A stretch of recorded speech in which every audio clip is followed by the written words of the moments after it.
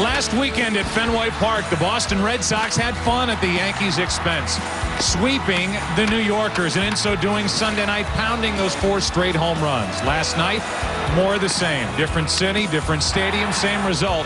And now the Yankees losing streak 7 in a row.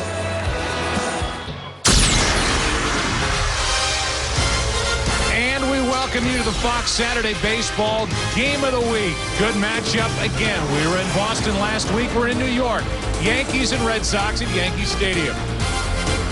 And now inside our broadcast booth, I'm Joe Buck. Tim McCarver is coming right up. It's not insignificant what is happening here with these two franchises. For the Yankees, if they do not win today and snap that 7-game losing streak, well, they are 7 out in the loss column in the AL East. And Tim McCarver, you can say, well, it's early. Well, it's only April. The bottom line is the Yankees' starting rotation and pitching in general has just been very poor here in April. Joe, the numbers for the last week have been so bad, so bulging, that if you wear glasses, you want to take them off and say, I think my prescription ran out, because how can the numbers be that inflated over a 1-week period? The earned run average, 8.5. The opposing batting average, home runs allowed, that's 12 home runs in the last 7 games. Everything from top to bottom has been horrible the last week. And so now here are the Yankees. They have all those numbers. They have this losing streak, and they're turning to Jeff Karstens to try to beat Boston today. For the Red Sox, their pitching has been outstanding, and it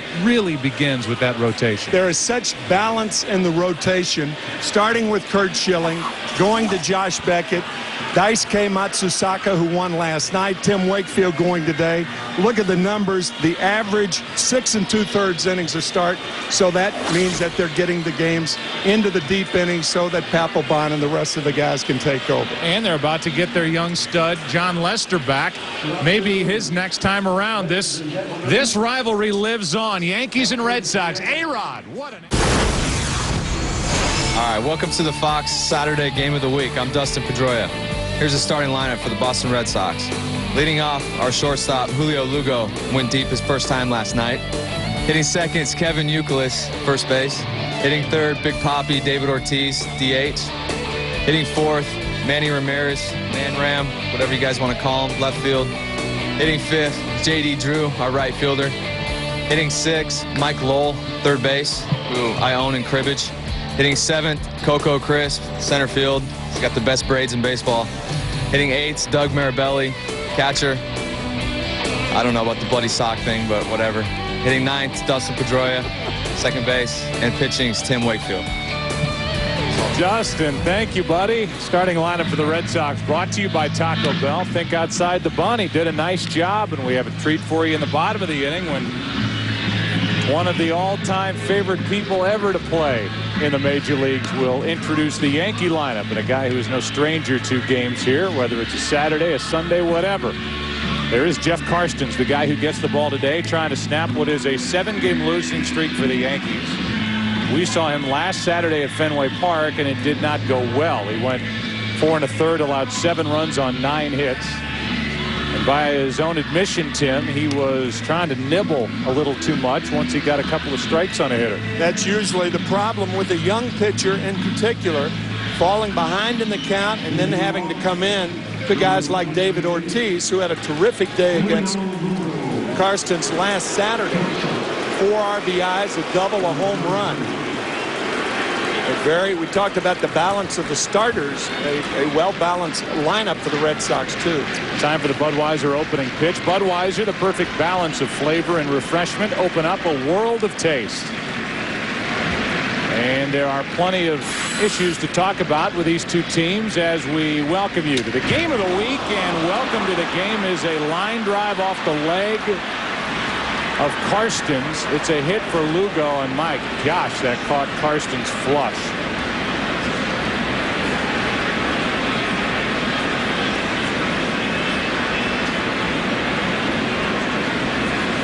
So this game starts with a line drive off the Yankee pitcher,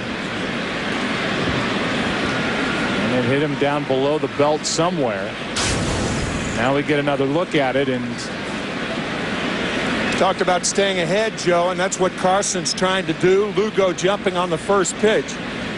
Looked like it hit Jeff somewhere around the groin area, or the right leg, or it may have missed the right leg and hit the left knee. Yep. Or was it the right knee? Yeah, it looked kind of like it caught him on the outside of the right leg, and the question is, was it down near the knee? Take a listen.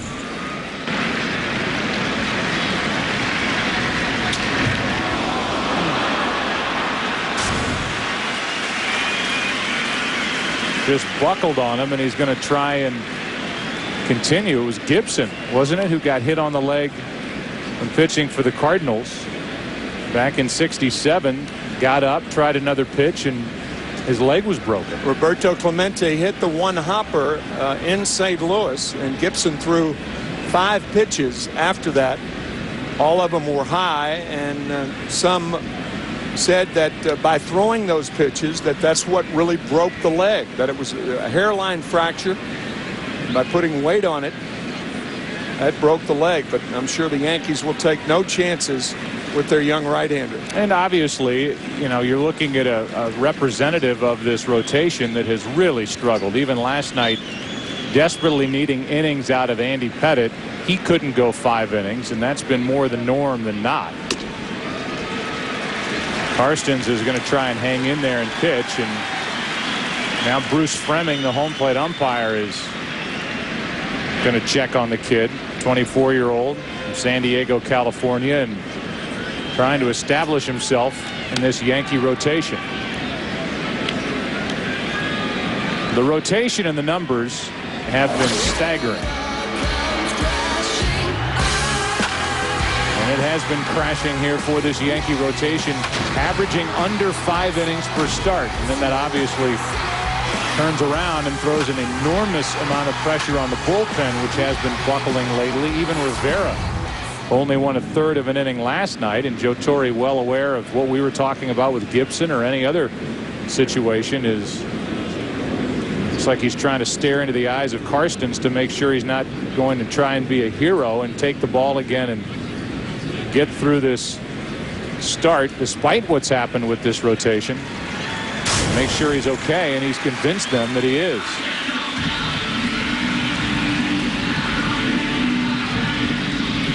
It's like right on the outside of the right knee, maybe a little above it. Tell you, Joe, if you're Julio Lugo right now, you think about running on the first pitch, because with Jeff Karstens being hit that hard, there is no way he's thinking about Lugo, and you could make a case that it's going to be very painful for him if he throws the ball to first base to try to keep him close. So if I'm Lugo, I go the first or second pitch. And Karstens, thinking along those lines, throws over. You wonder, after this half inning is over, going and sitting down in the dugout and cooling off, what that leg's going to feel like if he does indeed run back out there for the second. The batter is Euclid, right in the back of the batter's box. Homered here last night, takes ball 1. Last night, Euclid turned one around from Andy Pettitte. Gave the Red Sox a 2-0 lead. Matsuzaka gave up that lead. Boston at one point trailing 4-2, but Pettitte couldn't do anything with the advantage and gave it right back. 1-1 on Euclid.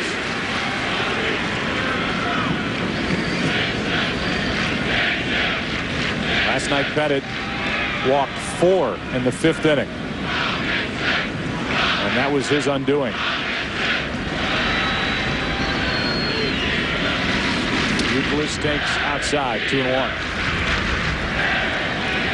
Last night, an 11-4 final.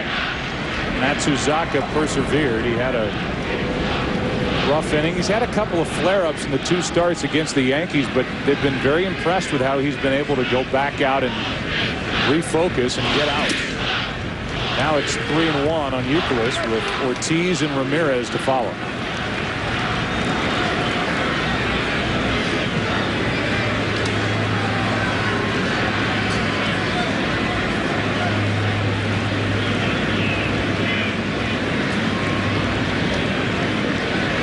Lugo has not taken off. He has stolen 8 bases this season, has not been caught. Now he goes. Youkilis rips it into left, a hit. Matsui plays it on a hop and looks Lugo back to second. 2 on, nobody out. And Yankee fans are thinking, here we go again. Here comes David Ortiz. Last week, a double to drive into his first at bat. And then a line out to Abreu, and then the home run on the changeup. All 3 of those balls could have been home runs here at Yankee Stadium. And here comes Joe Torre. I think that's going to be all for Karstens. Gene Monahan, the head trainer, now out to talk to Karstens, and they're going to take the ball from Jeff. So Kei Igawa, whose turn it was to pitch anyway today, will inherit a 2 on, nobody out situation. They pushed Igawa to the bullpen. There's a lot to talk about with regard to Kei, but right now Karstens is out here in the first. Jeannie's last back at the Fox Network Center. Let's take you to Detroit. The Twins in town, and Justin Morneau has a pretty hot bat today. This would be the home run courtesy Justin Verlander, deep to right center. Morneau's 6th home run of the year. Notice the anger behind us here. It all began a play before there, a run down earlier. The pitcher called for interference, allowed a run to score. Jimmy Leland getting in on the anger bandwagon. He would be tossed from this one. We sit top 9. Minnesota's out in front. All right, Jeannie, thanks for the update. So Kei Igawa, who had been taken out of the rotation, is now into the action in the first inning. For the Yankees, they get to bring the left-hander in to face David Ortiz. You know, the last thing they want is to fall into a first-inning hole and have Ortiz pound one here. 2 on, nobody out. So it's Igawa. The interesting thing for Igawa and the Yankees, and I know Ken Rosenthal is here, and we've got plenty of time to talk about these issues, but here are the Yankees, and Brian Cashman, the general manager, basically gave $40 million to Carl Pavano, who's been out since the 9th of April. They don't know when he's coming back. He's still got some issues and some tenderness in his right forearm, his pitching arm. And then you've got Kei Igawa, who the Yankees paid a total of $46 million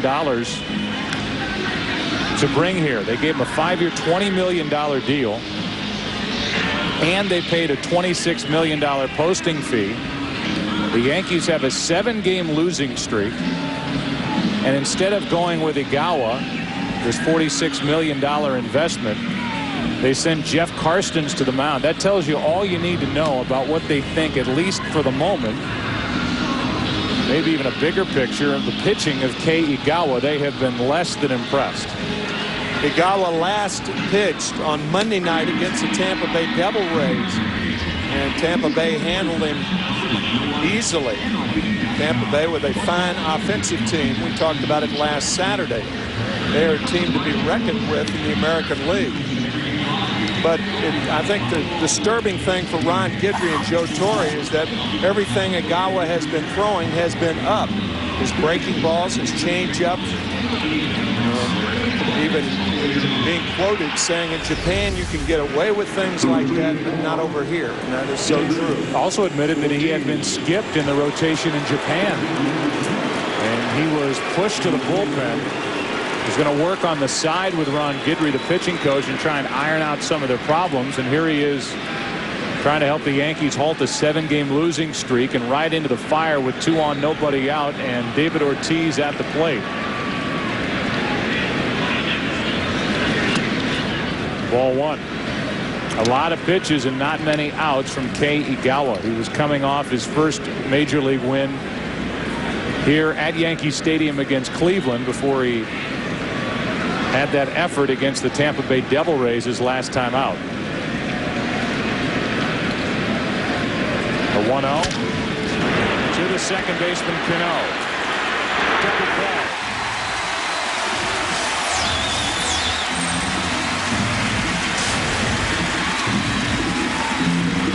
Yankees hopeful that something like this, an unusual appearance by Igawa, could get him going.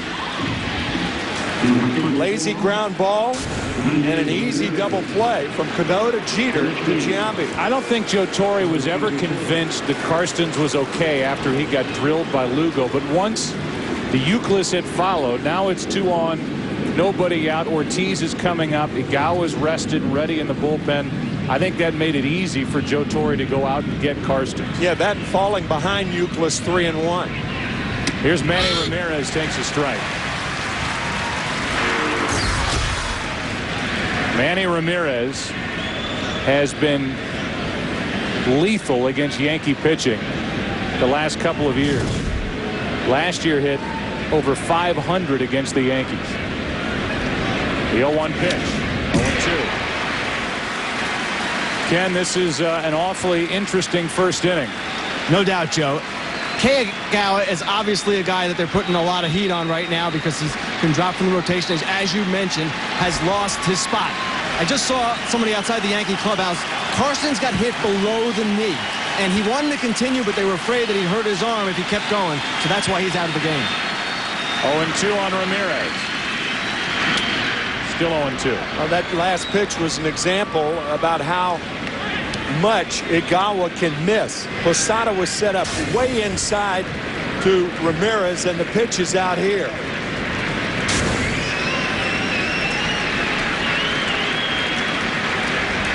Left-handed hitting J.D. Drew on deck. 0-2 on Manny Ramirez. Trying to give the Red Sox a first inning lead. Ball 1. Last 31 games against Yankee pitching, Ramirez is hitting .472, 14 home runs, 37 RBIs.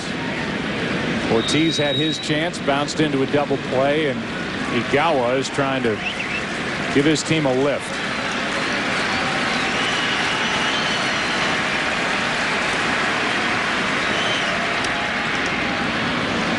Changeup from the left-hander, and Ramirez able to get a piece of it. Igawa is 27 years old. Pitched for Hanshin in Japan. Career 86 and 60 in the Japanese league. ERA just over 3.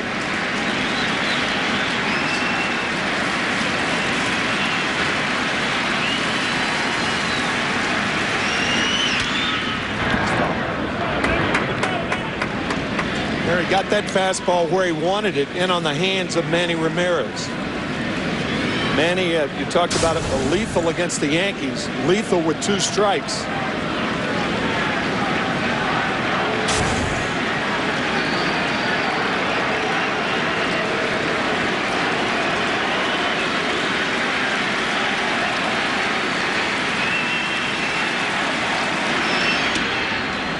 Hitting his spot again, driving Ramirez away, and the count evens 2-2. Yankees have had 5 different rookies start games in the first 21. And now this rookie, Igawa, is trying to get Ramirez with his 145 career RBIs against the Yankees to end the first inning.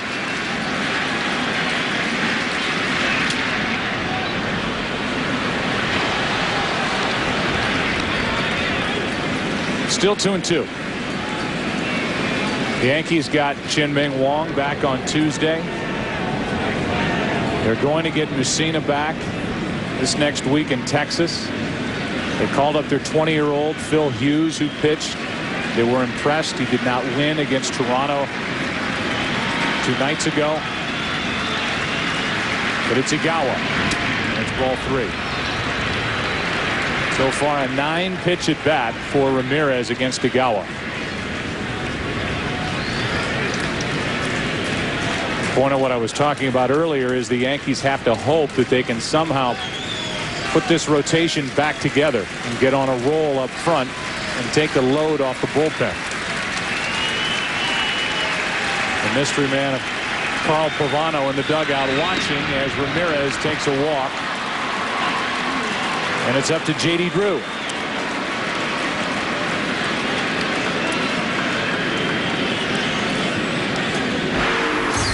Drew's average has taken a dive over the last week.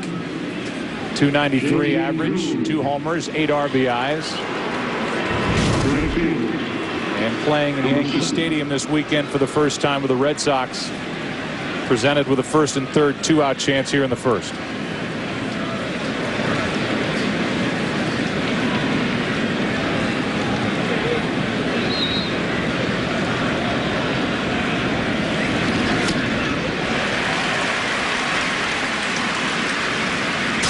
Good high fastball to J.D. Drew. The thing about the Yankees in this streak, they had been ahead in 6 of the 7 games that they've lost. The only one that they weren't ahead in was against the Toronto Blue Jays and A.J. Burnett the other night. 0-1 pitch. Ball and a strike. Red Sox, meanwhile, have used only 5 starters. And as we mentioned at the beginning of our telecast, they get John Lester back. Cancer survivor and pitched 5 shutout innings last night at AAA. The 1-1. 2-1.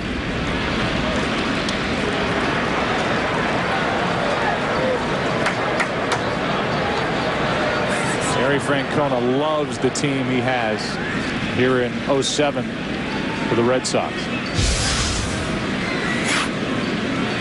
And why not the best record in the big leagues at the start of the day? 2-1 pitch, 2-2.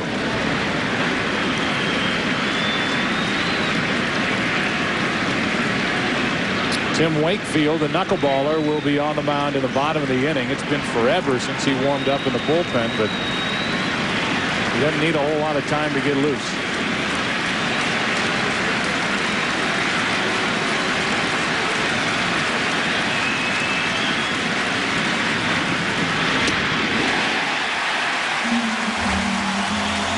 A 20-minute first inning that saw Jeff Karstens leave after being hit on the leg, and Igawa coming in to keep it scoreless. Hi, this is Yogi Berra. This is the New York Yankees lineup. Johnny Damon, DH. Derek Jeter, shortstop. Bobby Abreu, right field. Alex Rodriguez, third base. Jason Jambi, first base. Hideki Matsui, left field. And my position catcher, Mr. Posada. And Robertson Cano, second base. And Mookie Cabral, center field. And let's take off.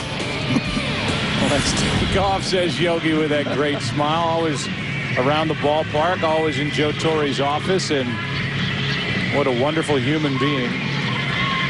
And a Yankee fan in the crowd today as Tim Wakefield is on the mound. Starting lineup for the Yankees was brought to you by Taco Bell. Think outside the bun, and Wakefield will deal with Johnny Damon. Ball 1. Wakefield has been outstanding this season.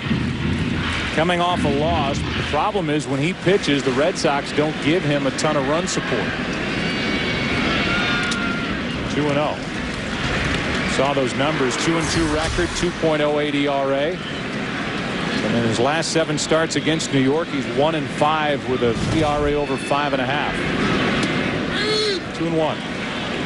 That's what Tim will do. He'll go away from the knuckleball in a 2-0, 3-1 count and throw the fastball. His fastball only tops out about 80 miles an hour. Another one. Damon clunks it in the air to the left side for Lugo. One away in your scouting report on Tim Wakefield. Terry Francona telling us that Tim Wakefield's legs are stronger this year. He was out for 7 weeks with a fracture in his rib cage, a stress fracture last year. And that makes the knuckleball very effective. And standing straight up and down, the one thing when Tim gets into problems is when he leans back toward center field. So if he stays upright, his knuckleball is good. But when he leans back, that's when he starts having problems. I'll tell you what else is strong on Wakefield, his hand. Shook his hand before the game. You never know with that day's starting pitcher whether you should even go in the neighborhood where he is in the clubhouse, let alone say hi to him. It got me to thinking a guy who relies on the knuckleball and pushing the ball to the plate has got to have awfully strong right hand. Lowell can't make the play. Jeter's on with a hit. And it's 1-on, 1 out.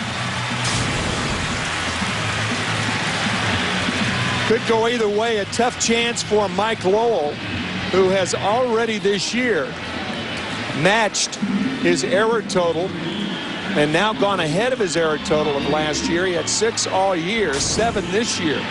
That could have been a base hit. Yeah, I think it was. Yeah, that's a tough play. That's a do-or-die short hop backhanded play. Yeah.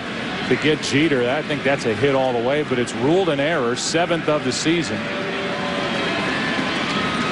And Jeter is on, so Jeter will have to wait for another at bat to try to extend his hitting streak to 16 as Abreu takes a ball outside.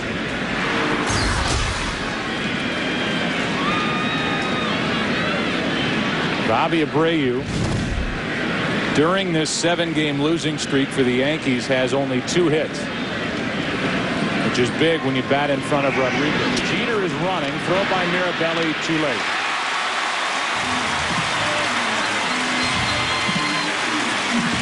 See the decoy by Lugo. Once he made the catch, he made Jeter think that the ball had gotten by him.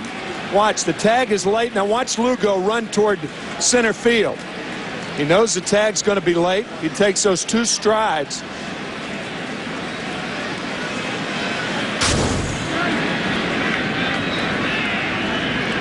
Fish aren't fighting. 251st career stolen base. That ties Jeter with Willie Randolph for number 2 on the all-time list. Rickey Henderson is number 1, and here's Lugo with that deke, but Jeter saw it all the way. Derek saying, Julio, I play shortstop. What are you doing? A ball high to Abreu. It's 3-1 with Rodriguez next.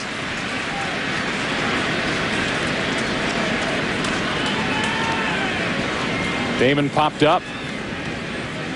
Jeter on a questionable error and a stolen base, and now a 3-1 count on Abreu. Full count. 3-1 knuckleball with Alex Rodriguez on deck, dancing in the strike zone.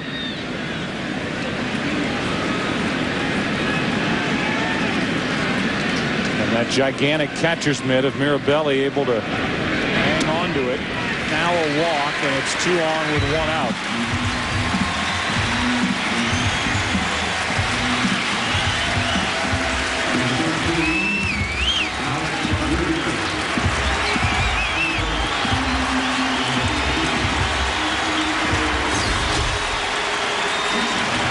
Fourteen home runs during the month of April, 34 RBIs, 1 off the all-time record set by Juan Gonzalez. 478 career home runs, 5 of them against Wakefield.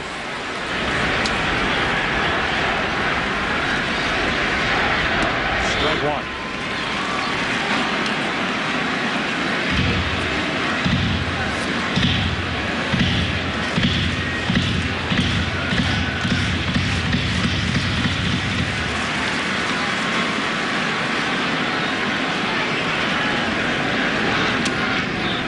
A little bit high. 1 ball, 1 strike. Tied with Albert Pujols is Rodriguez with his 14 home runs in the month of April. That's the major league record. And 1 RBI away from Juan Gonzalez. He posted back in '98. 1. Wakefield has been with the Red Sox since '95. And it may be hard for some to believe, but he is number 3 in Red Sox history in a lot of important categories. 2 and 2. Wins and strikeouts being 2 of those categories. He's number 3 in wins and strikeouts in Boston Red Sox history. Joe, you alluded to that knuckleball really being a misnomer. The front 2 fingers. Another knuckleball. Full count, danced. Woo. That's the toughest kind of knuckleball, the one that floats down and into the right-handed batter. Because you have the glove upright, and then when you try to smother it, you're coming down. A lot of pass balls on knuckleballs like that.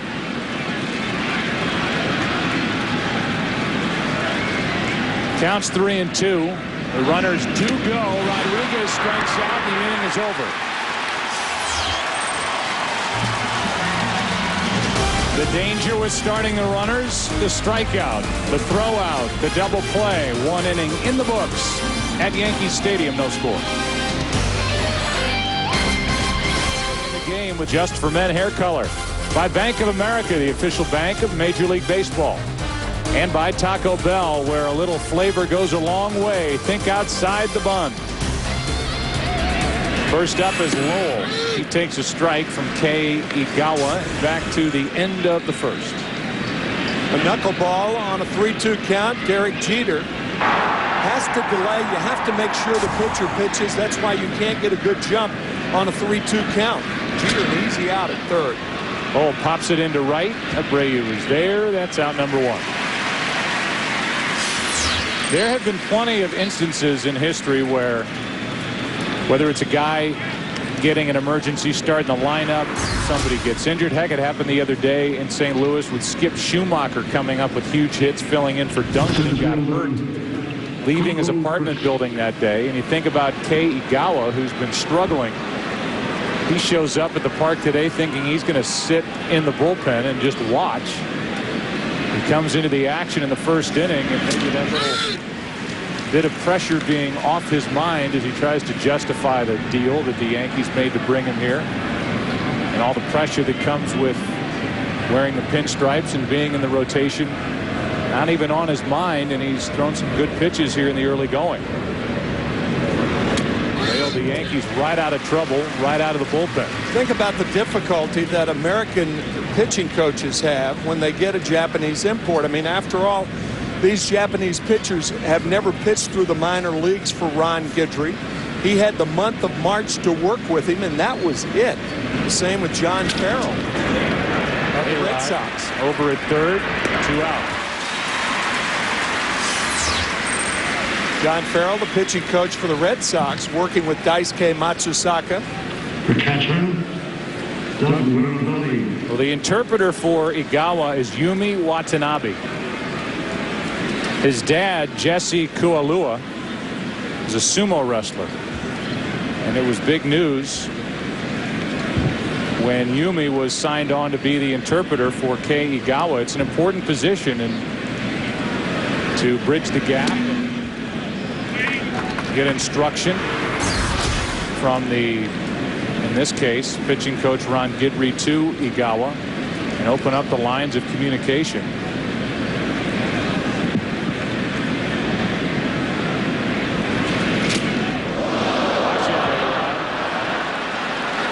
That thing kept chasing him.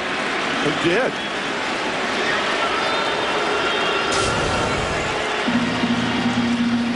Little helicopter headed toward third.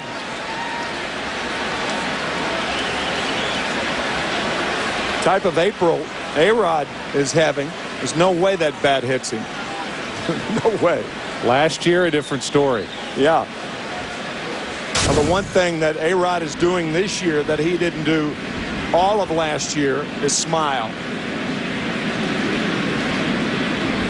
What do you think was running through the mind of Joe Torre down in the dugout? He's seen Carson's go down with a ball off his knee, and now A-Rod, who has had his best April ever, is chased by a flying bat.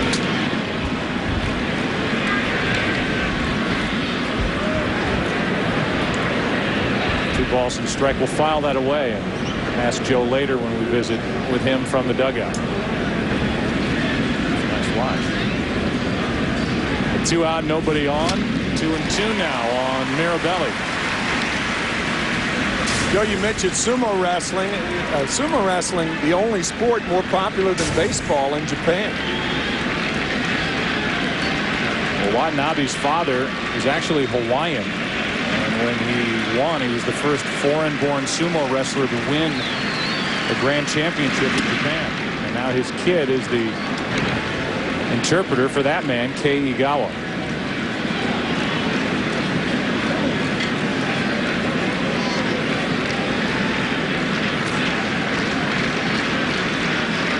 Three and 2 the count.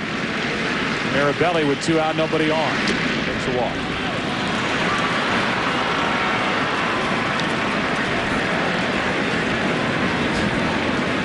And now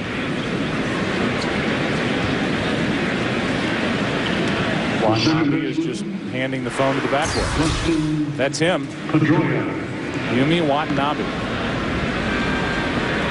On the other side, the Red Sox have a Harvard graduate who interprets for Matsuzaka. Ball 1 down and in to Dustin Pedroia. was 10 out of 53 here in the first month of the season.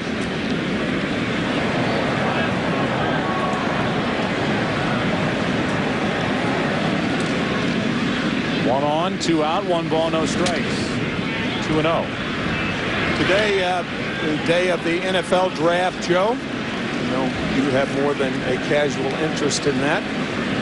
Dustin Pedroia does also, because he struck up quite a friendship with Brady Quinn, the ex-quarterback for the Notre Dame Fighting Irish. In fact, he beat him regularly at ping pong. Here's Brady Quinn, who weighs 250 pounds, 6'5", 6'6", and Pedroia is about 5'7", weighs about a $145 with a rock in his pocket. Well, his buddy Brady Quinn just went with a 22nd pick in the first round to Cleveland. So Cleveland made a deal with Dallas, and the Browns end up with Joe Thomas, a tackle from Wisconsin, and now a guy who they believe, I'm sure, will be their franchise quarterback. Brady Quinn slipped down to 22nd in the draft. 3-1 now on Pedroia, and the shortstop and leadoff man Julio Lugo waits on deck.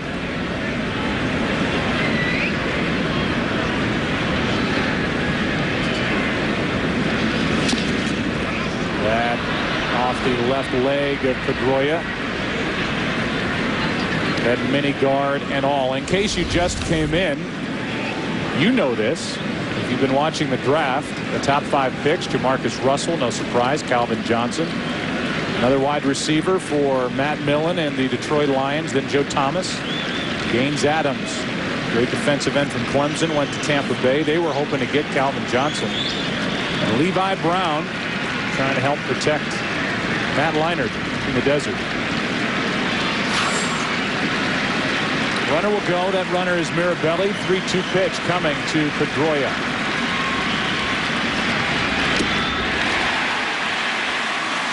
Igawa 2 scoreless. Struck out Drew to end the top of the first.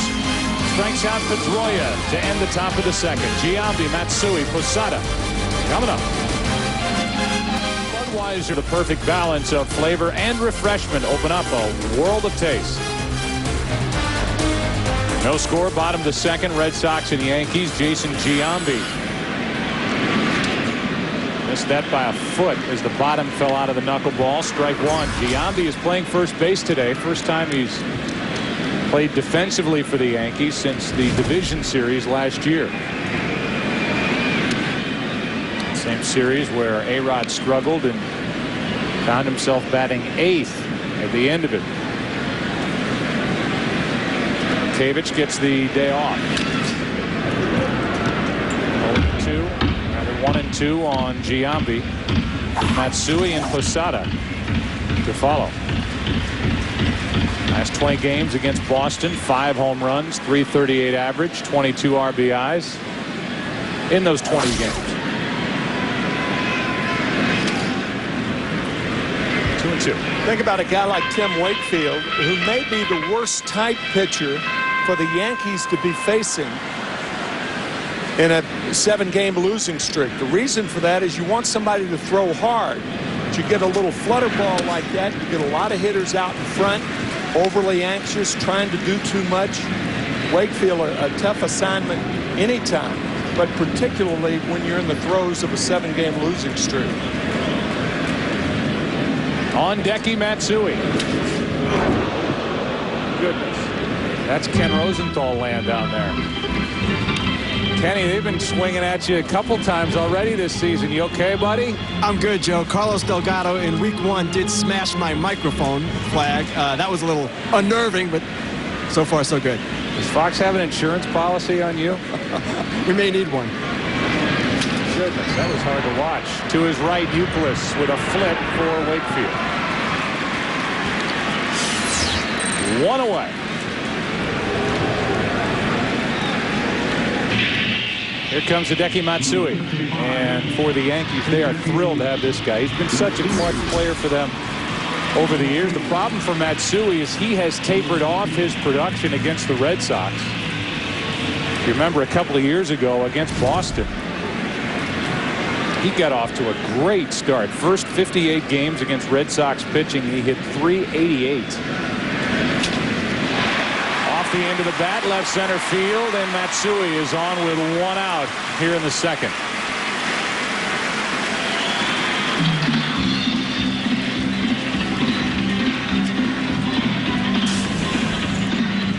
One of the toughest things for hitters against knuckleballers is to try to center the ball and hit it on the fat part of the bat. That ball hit off the end of the bat. Only the third hit all year by left-handed hitters off Wakefield. A terrific ERA, 2.08 for Tim Wakefield, who is a 40-year-old pitching for the Red Sox. Steve Horn, our editorial consultant, and I were talking as we left the Red Sox clubhouse, and you were going to go out and watch Pedroia do the lineups. What a gig it is for any knuckleballer on any team. They're just kind of off on their own. I mean, there's really nothing that the pitching coach can say to them. They get themselves ready and take the ball every fifth day. And Wakefield's good enough to have his personal catcher in Doug Mirabelli. 2-0 pitch. Matsui running. The pitch was up. Mirabelli's throw floated down to second base. And now it's Lowell who's trying to deke Matsui. You know, we talked about how hitters have a tough time centering a guy like Wakefield. Catchers do too. And with that big mitt, it's very difficult to grip the ball effectively. Both throws to second base by Mirabelli have been high. And that's usually the sign that you don't have the right grip on the ball. One of the problems with a knuckleballer. Second walk is handed out by Wakefield. And again, it's 2 on with 1 out. Robinson Cano walks to the plate.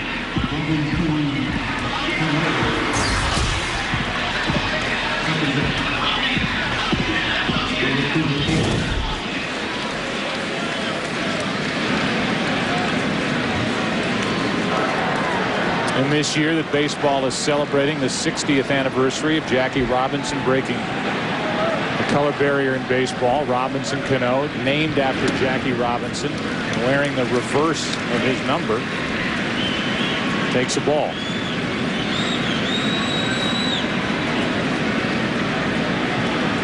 .42 worn here now, grandfathered in with Mariano Rivera. The first non-Yankee with plaque out at Monument Park here at Yankee Stadium. That was unveiled earlier this year. 2 on, 1 out, 1-0 pitch. That squirts away. It's a strike, and it's second and third, 1 out. A fast ball.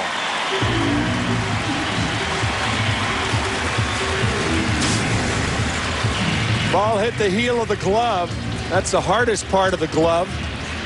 And caroms to the left of Mirabelli.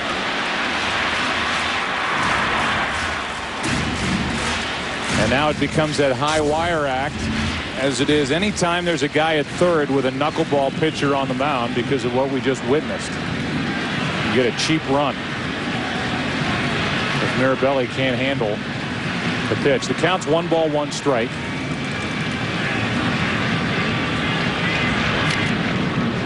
Now 1 ball, 2 strikes. More about Robinson Cano, childhood hero, Bruney Williams, who he played with last year. Favorite movie, The Rookie, and his favorite musician is 50 Cent.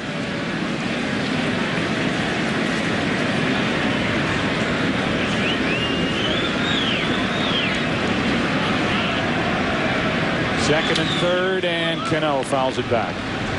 This guy has hit .335, Tim, over the last 2 years combined. He is still, and I guess it amazes me at least, that a guy this good, this young, is still relatively overlooked across baseball as one of the better young players in the game.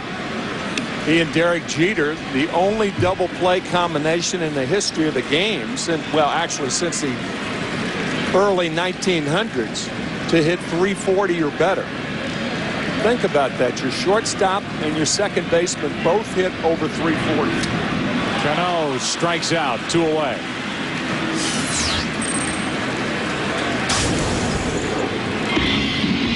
This one really dances. This might be the best knuckleball so far from Wakefield. Robinson Cano, a contact hitter, misses it by about 8 inches. Well, now Melky Cabrera, who as a part of this Yankee lineup, a lineup that's #1 in the big leagues in runs per game, a total of 124 already on the season, is hitting under 200. Takes a strike. Some questions for Joe Torre and Brian Cashman as to whether they're going to keep Cabrera around while he's struggling. They have now wavered in their support of a guy who really, Tim, filled in well last year when Matsui went out with a broken wrist. Could play left field, center field. Had 12 assists last year. Second in the American League. The 1-1. Strike 2.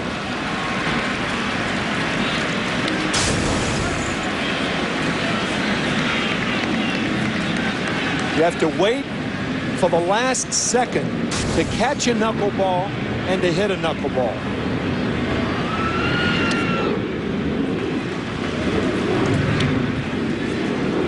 Two and 2 on Cabrera. On deck is Damon. Popped up his first time. Second and third, 2 out. Cabrera hits it into right. Drew right at him. The inning is over. 2 scoreless in the books here at Yankee Stadium. Big Papi due up third for Boston in the third. Back after this from your local Fox station.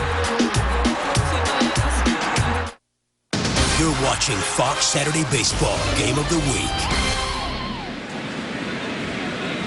Igawa's done a nice job. Has not allowed a hit. Has walked 2. There is no score. Third inning. Fastball jumps in there at 88 miles an hour. Strike 1. Lugo, Youkilis, and Ortiz for the Red Sox, who put their first 2 on in the first. Pitching change, and Igawa had a double play ball off the bat of Ortiz and then struck out Drew after a walk. Changed up on Lugo. It's 0-2. We've had fun with home plate umpires already on Fox Saturday Baseball all year long. Nice moment with Bob Davidson last week at Fenway Park, and our old friend Bruce Fremming is wearing the microphone for us today. So we'll hear from him right now with the ground rules here at Yankee Stadium. While we're looking around here, Yankee Stadium has easy ground rules. If you'll go from the 314 pole in right field, you got a possibility of fan interference out there. Reaching over, and then once you get by the cannon sign out there, we don't have anything until you get past the bullpen down there, and then near the foul pole, I think fans could reach over there. Down the lines, we have to be conscious of fan interference reaching over. Otherwise, the ground rules are real simple here. We don't really have any. Fan interference is our biggest fear here. All right, thanks.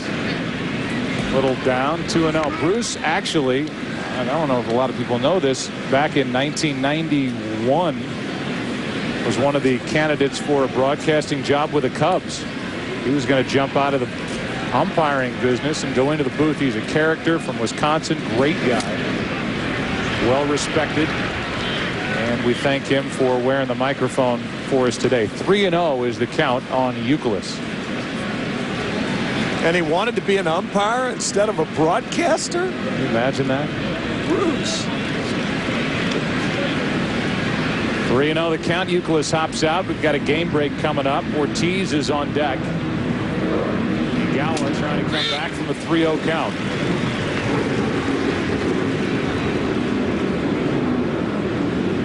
Nice day here in the Bronx today. It is possible that we could get some rain by the end of this tilt between the Red Sox and Yankees. 3-1 pitch. A 1-out walk third walk by Igawa. Let's go to Jeannie Zelasco. We'll take you to Toronto. First, the Blue Jays intentionally walked Sammy Sosa to load the bases, and then Hank Blaylock made them pay. Sack fly, and the Rangers go ahead into 10th. 9-8. We sit bottom 10 right now. In Oakland, it's all about the offense. For the A's, already a 3-0 lead. Travis Buck does this, a 3-run shot. 6-0 at that point. Now it's 8-1 Oakland, bottom 3. All right, Jeannie, thank you. It is the Yankees in last place in the AL East. Tampa Bay Devil Rays are in front of New York here on the 28th of April. This is the latest in the season the Yankees have been in last place since 1995 when Buck Showalter was manager. Mattingly was in his final year, and the year before Joe Torre took over here with New York and won the World Series the next year. Devil Rays were not in baseball at that time. Their first year was 98. Should be another double play ball. Ortiz has done that twice. We go to the bottom of the third. Top of the order coming up for the Yankees. No score. Johnny Damon first up for the Yankees. Top of the order. Strike one from Tim Wakefield.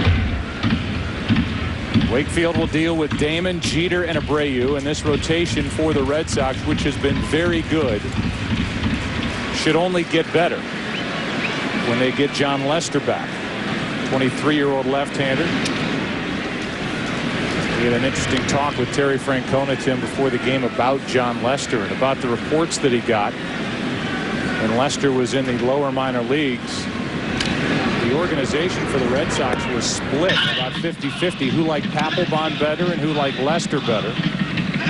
And then John got off to a great start last year with Boston, but Francona didn't see why everybody thought so highly of Lester. He was good, but not eye-popping, and he said he realized now that he was sick. Diagnosed with non-Hodgkin's lymphoma. He has been through chemotherapy. He has worked his way back. He has a great story, a great talent, and pitched brilliantly last night for Pawtucket, AAA club, for the Red Sox. 5 innings, 3 hits, no runs, 6 strikeouts. And when he comes back, Tim, that puts Tavares in the bullpen, and they get stronger in both areas. Tavares starting tomorrow. It probably will be his last start. Leadoff walk. It's the third walk handed out by Wakefield, part of this rotation. 13 wins by this group, most in the major leagues.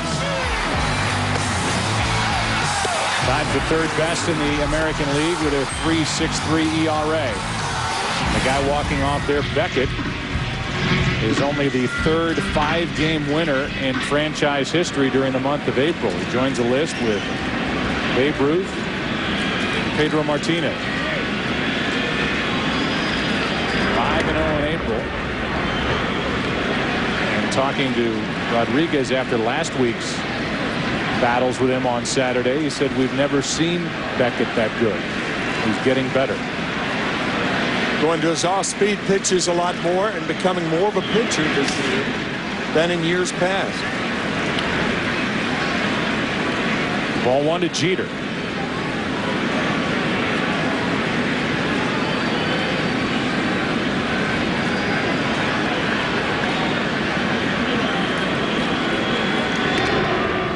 Walk in every inning. The numbers, when you compare the pitching stats, don't match up very well for the Yankees. They've already used 9 starters, including their latest, Phil Hughes, the 20-year-old, on Thursday against Toronto. But averaging under 5 innings per start today is going to come with an asterisk, with Karstens having to leave with injury after facing 2 batters. Jeter with a base hit. He's now hit in 16 straight. There are not too many hitters that you can say wears out a particular knuckleball pitcher. But Derek Jeter has 27 hits against Wakefield. Only Sidney Ponson, who is now pitching with Minnesota, he has 29 hits against Ponson. That is the most against any pitcher in the major leagues, and I don't think I've ever heard that particular stat of a guy wearing out a knuckleball pitcher like Jeter does Wakefield. Jeter's now hit in 55 his last 57 games. Abreu trying to bunt the knuckleball. What about that? Number 3 hitter Abreu trying to drop down a bunt with 2 on, nobody out. You don't see that very often. And Abreu looks back down to Larry Boa, the third base coach, who goes through the signs. Abreu walked his first time up. On deck, Rodriguez. Lowell still in. I don't expect another bunt attempt. Wakefield steps off. Do you? I didn't like the first bunt attempt.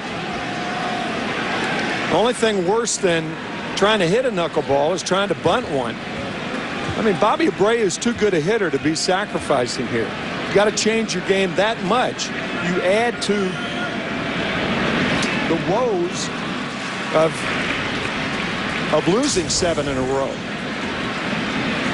He's swinging there. He probably bunted on his own the first time. I think Torrey would give a guy like Abreu, who's making $16 million a year, the bunt sign. 0-2 is the count. 2 on, nobody out, no score, third inning. And instead, it's a 6-3 double play. Runner at third, 2 away.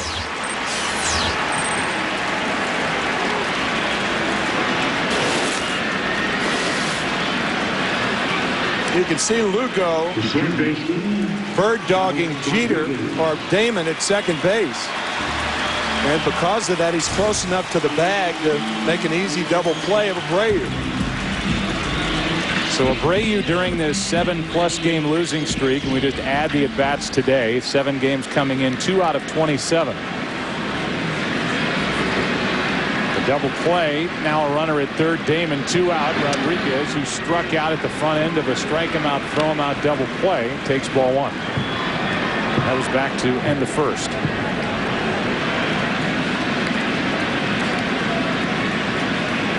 It has been, in case you're wondering, 11 at-bats without a home run for Rodriguez. Wakefield wanted that pitch, didn't get it, 2-0.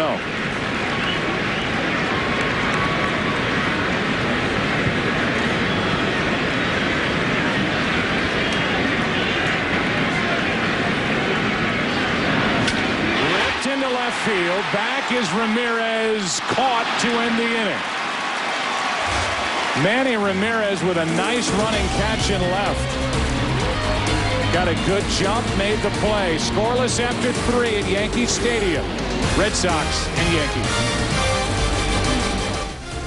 And by Chevy, an American Revolution. 4th inning now. Igawa back to work, and Manny Ramirez takes a strike. Somebody said to me the other day, am I going crazy, or is Manny Ramirez making good plays in left? And he has. He's made some good slide. Made a play last night sliding into his right, didn't make the catch but got the ball on a short hop. Made a good grab to take care of Rodriguez and keep it scoreless in the bottom of the 3rd. Finds himself in the hole 0-2, and as we mentioned the first time, when Manny's 0-2, he's not in the hole like a lot of hitters are. Excellent 2-strike hitters. One of the best in the game.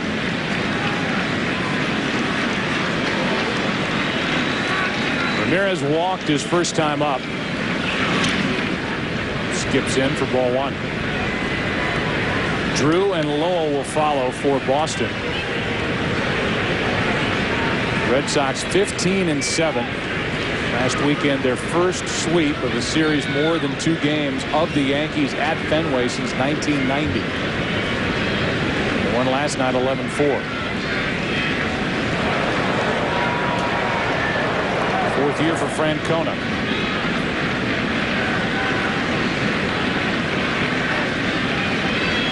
One-two pitch. Wow.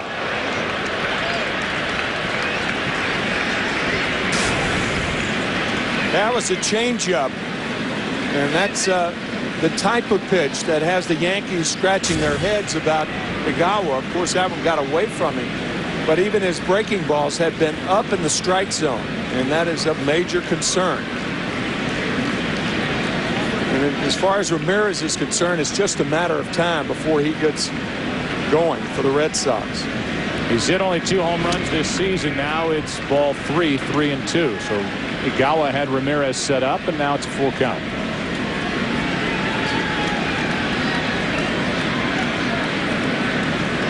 Igawa had him 0-2 in the first inning and walked him, and he had him 0-2 here, and it's a full count. Ron Guidry, 3-time 20-game winner, watching from the Yankee dugout. One away, strikeout number 4 for Kei Igawa.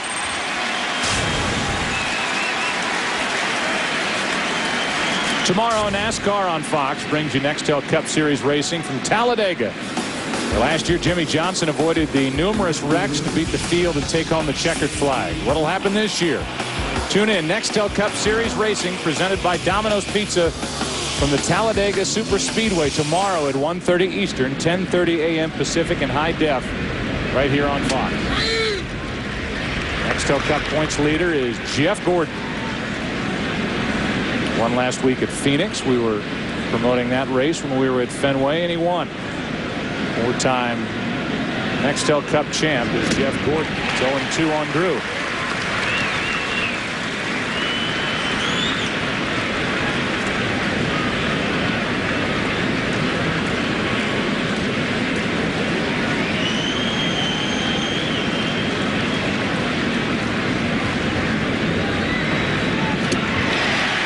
Back-to-back strikeouts and 5 for Kei Igawa.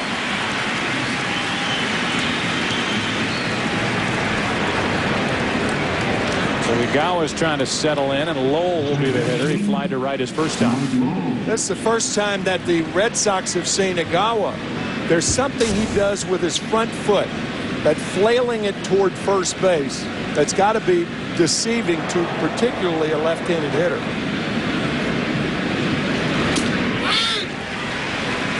Expected pop on the fastball, 92 over the inside corner to Lowell, 0-1.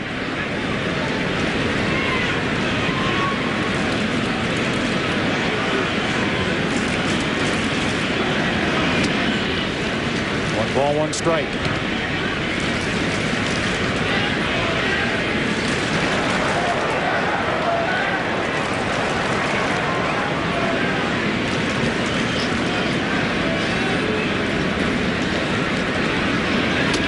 Good tailing pitch. Lowell gave up on it. It's 1-2. Another thing about Igawa, there's no real follow-through. That left leg rarely comes around and hits the ground. Nothing smooth and fluid about it. And that could be one of the reasons that makes him tough to pick up.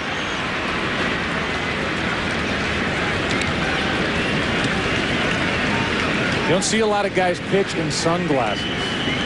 Oh, that's right. Especially when it's not sunny. Yeah. Trying to strike out the side. Lowell gets it into left center field. That'll get down. Rivera trying to cut it off. He does. It's a 2-out double.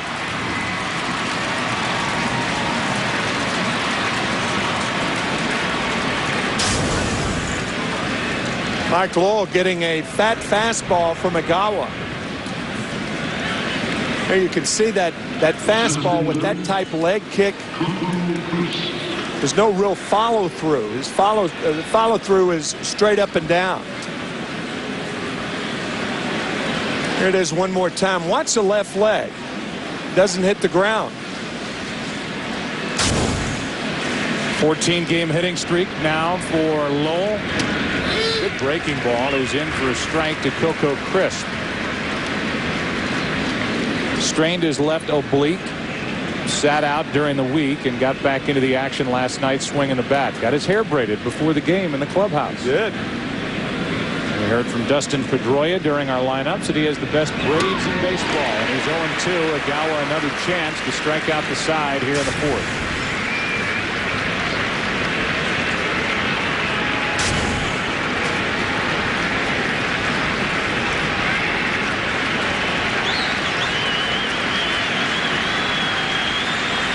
Seven RBIs for Coco Crisp. That is squirting away from Posada. Might have even hit Fremming on its way over toward the Red Sox dugout, and it's ball one. Did Posada put a glove on it? Nope. Squirted through the legs. Posada with a wild pitch last night, squirted through the legs and went right under the trap door. That's the trap door that catchers are reminded to go down on. Try to prevent the ball from doing just that. And it did hit Fremming. So now the go-ahead runner at third with 2 out, 1 ball, 2 strikes on Chris.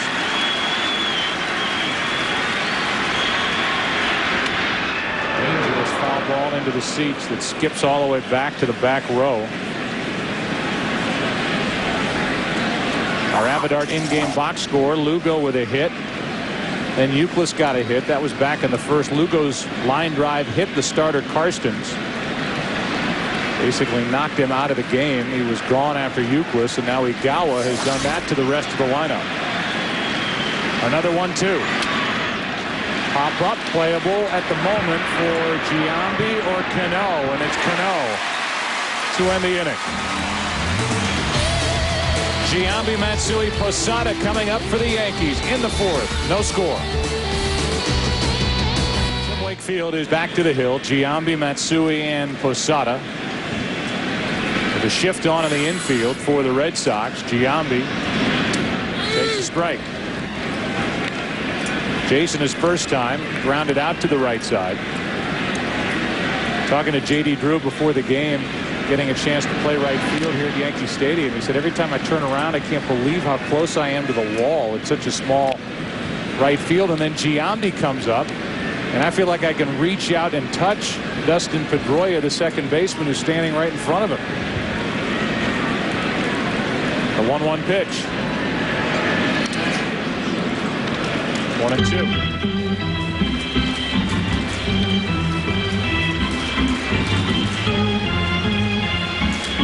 There's Mike Messina in the background. He'll be back on Thursday, back in the rotation through a simulated game.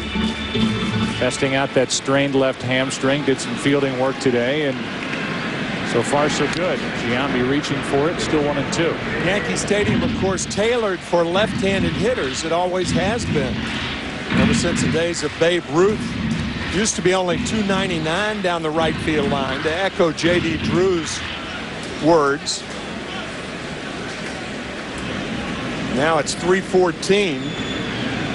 Great left-handed hitters in this ballpark. Giambi just flicks it into center field, and Coco Crisp pulls it in. We talked to Terry Francona during the break and asked him about the switch from Karstens to Kei Igawa. He came in a tough spot, facing David in the first inning under kind of tough circumstances. Made a great pitch on David. I'm sure it did a lot for his confidence. Now he's throwing the ball pretty well. His fastball's got a little bit of finish on it. He's throwing a lot of off-speed pitches that are giving us trouble so far. We talked about Tim Wakefield, and he's been so good for you for so long. And we also talked about his schedule. I mean, is he just kind of on his own program, being a knuckleball pitcher? And is there anything you guys say to him in the dugout when he comes off the mound? Well, we don't say too much to any of those pitchers during the game, but John Farrell's done a great job of kind of finding out what are key points or checkpoints for Wake. And again, because it is a unique style, but he's done a great job, and they've communicated real well together. And Dougie's a coach back there behind the plate. How about a final question and a bigger picture view of your team? We saw you win it all in 2004. You've got to love the way your club is balanced, both in the rotation, bullpen, your lineup. You got a lot of things to work with, don't you? I think so. We enjoy this team, and I think we have a chance to be pretty good. But when you start looking big picture, we need to just stay in the present. If you stay in the present, things have a way of working out. Just one quick future question. You get Lester back. You're excited about that, right? I'm excited that he's healthy. That's really exciting. He pitched last night, threw the ball real well. You're talking about a phenomenal kid. We're excited about him. Hey, Terry, thanks for your time. Okay, guys. All right. It's Terry Francona. We'll hear from Joe Torre here shortly, as the count has gone full now on Matsui, who singled, stole a base, but was stranded. The Yankees have left 4 runners on so far. No score in the 4th. Matsui takes a 1-out walk. Game break. Here's Jeannie Velasco. We're going to St. Louis. Henry Blanco with a great at-bat, capped off by this. And we get the Cubs on the board. Don't worry about Chris Duncan. The Cardinals outfielder lost a fight with his door earlier in the week, but he got the better of the fence, back on his feet. The Cubs out in front, though, 4-0 top 5.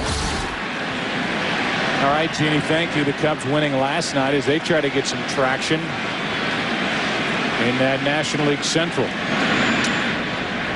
Belly had a tough time with that pitch. Couldn't hang on to it. It's ball 1. That Central is there for the taking in the National League. Milwaukee in the top spot with a lot of young talent, still trying to learn how to win. They're 2.5 up on the Pirates. Cardinals 4 out.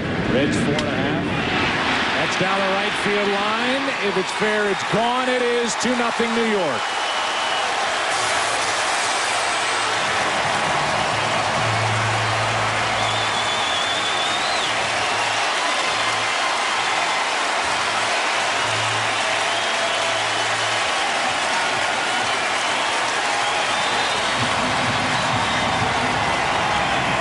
That's a ball that a lot of left-handed hitters will pull foul.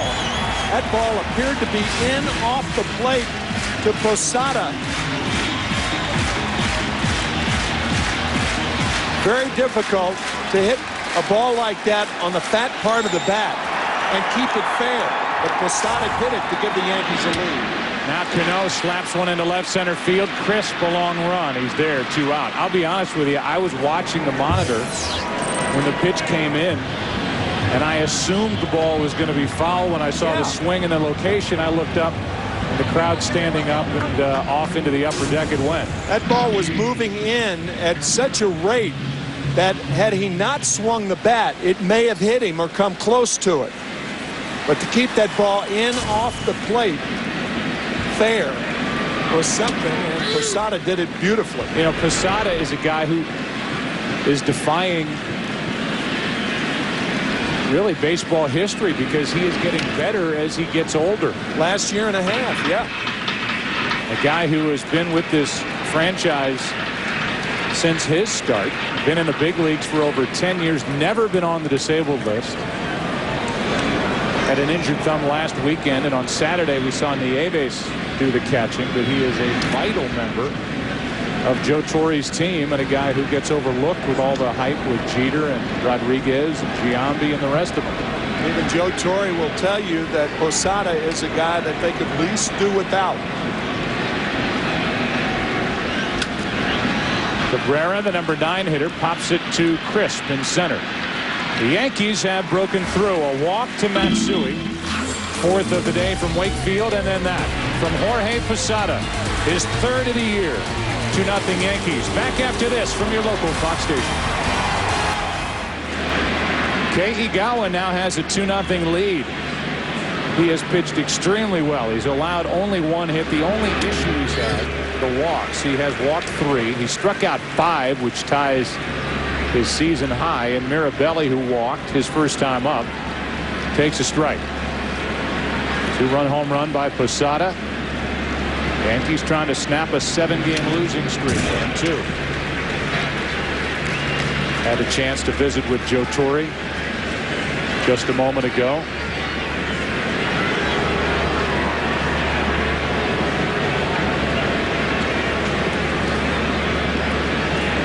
Led in every game so far this season against the Red Sox, but lost them all.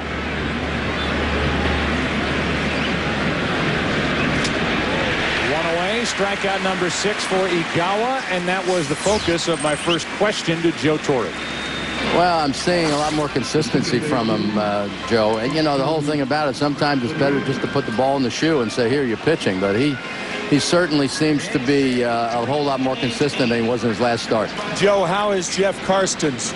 Well, we haven't got the results from the X-ray. I think they're going to do a bone scan, too. He got hit, I guess, had to have some bone in it and just off the side of the knee or below the knee. It scared the heck out of everybody. Hopefully he's going to be all right. A light moment earlier, light because he didn't get hurt. We talked about watching that bat chase Alex Rodriguez over at third base. What was going through your mind during that? Well, we know he handles the bat real well, but I don't think from that perspective. You were talking to the writers before the game. There must have been 17,000 of them around you, and they said, well, what about the Joe Torre job watch? And you said, you know what, I put that in its own category. I'm more worried about the losing streak. Oh, yeah. I mean, you hurt when you lose. There's no question you hurt. And, you know, any kind of rumors that fly around and, you know, question your ability to manage and your job being in jeopardy, well, that's just part of what you do when you take the job. I mean, you have to accept that. Thanks for your time this time and every week. Okay, guys. All right. Joe Torre, the manager of the Yankees. He has seen Igawa strike out Mirabelli and now fall behind on the count to Dustin Pedroia, who struck out his first time. Just trying to launch one into center field for out number 2. This is a big week for Joe Torre. Not only are the Yankees suffering through a terrible stretch with their pitching and a 7-game losing streak, but his big brother, who basically like a father to him, Frank, slick fielding Frank Torre, will undergo a kidney transplant this week. Kidney is being donated by Frank's daughter. So there's a lot on the mind of Joe Torre, and you know, they keep saying the Joe Torre job watch. He is more or less a victim of the circumstances with this rotation, not giving him outs and innings. Well, that's one thing that's not on his mind, job security. You can't manage the New York Yankees and be worried about job security at any time. That has been proven ever since George Steinbrenner took over in the early 1970s. 1973, buying the Yankees, pretty good investment for less than $10 million. Now Forbes, most recently, has priced the Yankees at over $1 billion, $1.2 billion. Wow.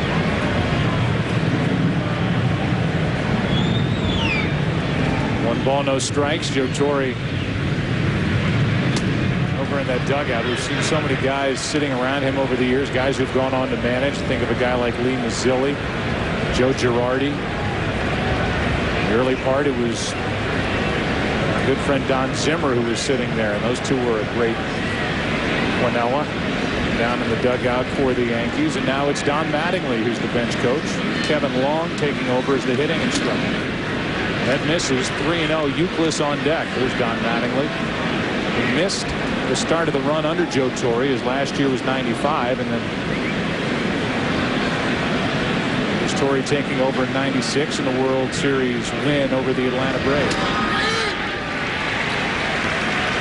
3-1 from Igawa to Julio Lugo, who's 1 for 2.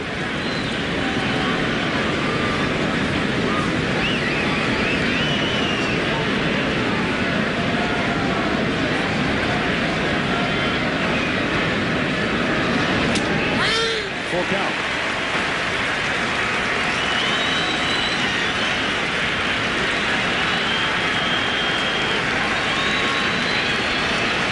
This crowd did not expect to be cheering on Kei Igawa here in the 5th inning with a 2-0 lead. Watching his 6 strikeouts pile up. And getting through 5 scoreless against the Red Sox. Halfway through it. Top of the order coming up for the Yankees. 2-0 New York. Ball sponsored by Chevy, an American Revolution. Welcome back to Yankee Stadium. 2-0 New York out in front behind Kei Igawa on the strength of a Posada home run. Wakefield back to the hill. We'll give you our Subway Fresh Fit trivia question in this 5th inning. Damon 0 for 1. He walked his last time, and he takes a high strike. Here it is. Yogi Berra, one of 6 managers to win pennants in both leagues. Who was the first to do so? Subway Fresh Fit trivia question.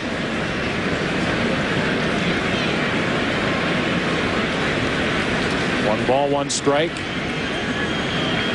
on Damon.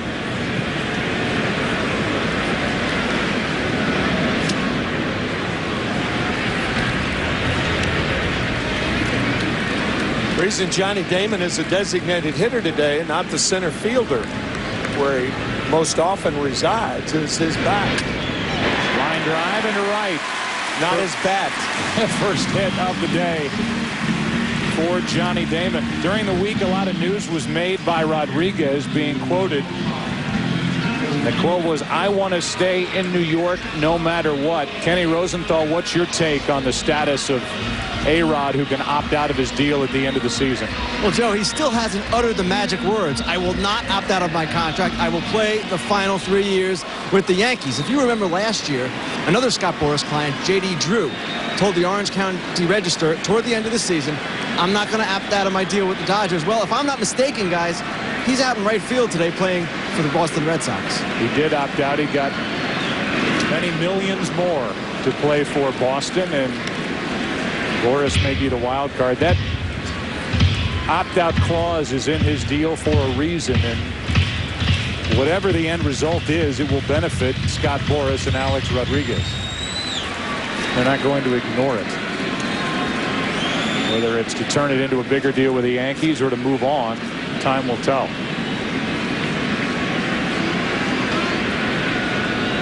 Three years, $81 million left. You think about the deal signed by Vernon Wells and Alfonso Soriano, and you're looking at a guy, and we talked about this last week, that by the end of that next deal might be chasing down the all-time home run record. Tell you what, if this year were last year, you wonder whether he would have opted out or not. The way he was treated here at Yankee Stadium, it's almost as though that's supposed to be all forgotten.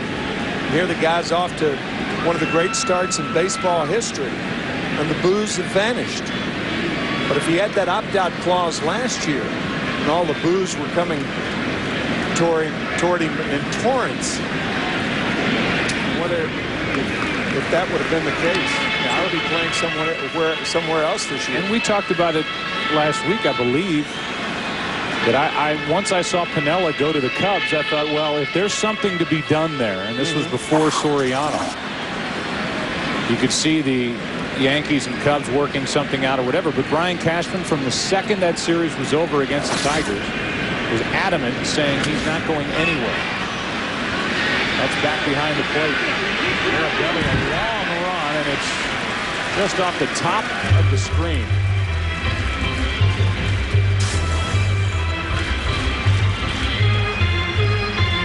Just out of play.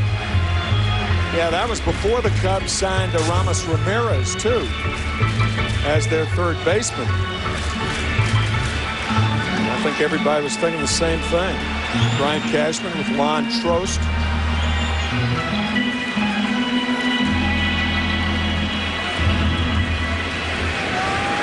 Ken Rosenthal mentioned it last week that now that Rodriguez has taken some of the weight off and the bulk out of his chest, he's lost 12 pounds, get some of the flexibility back.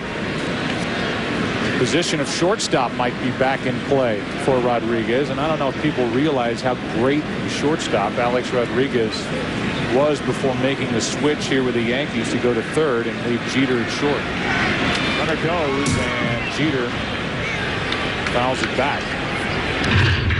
Is that realistic, Ken? You think he could end up somewhere else, if that is the case, and end up back at short? I think it's entirely possible that that can happen, Joe. And you look at his physique. Granted, he is going to be 32 now, and it's an older guy than he was in his prime at shortstop. But most people in baseball believe that he could still play the position. Not maybe at the above-average level where he was before, but certainly solid average. And the other thing about that is he prepares so well, he could be like Cal Ripken was in his 30s, just playing the angles. Two-time Gold Glove Award winner at short, Alex Rodriguez. And an MVP on a last-place team with Texas. Runner goes, 3-2 pitch, ground ball to Lowell, takes it, has no play, 2 errors today. 8 on the year, and both errors have come with Jeter hitting the ball to him. Yeah, you can understand the first one. We talked about it, a very difficult play. This is as routine as it gets for Mike Lowell. It's a flat-out major league error right there.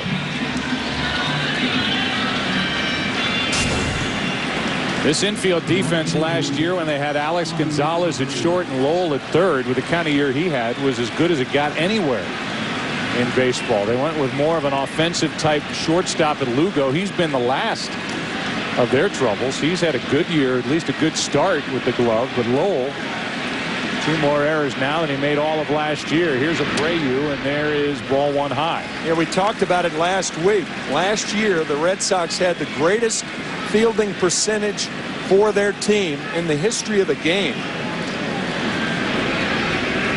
And that man right there, largely responsible for it. Lugo in place of. Here's a bunt by Abreu. He showed it the last time in this situation. Now he does it, and he hands the Red Sox an out. Now, I just don't understand this. He tried it the first time, fouled it back, and now he bunts it to the fat part of the field. It's an easy play for Tim Wakefield to get the force on Johnny Damon.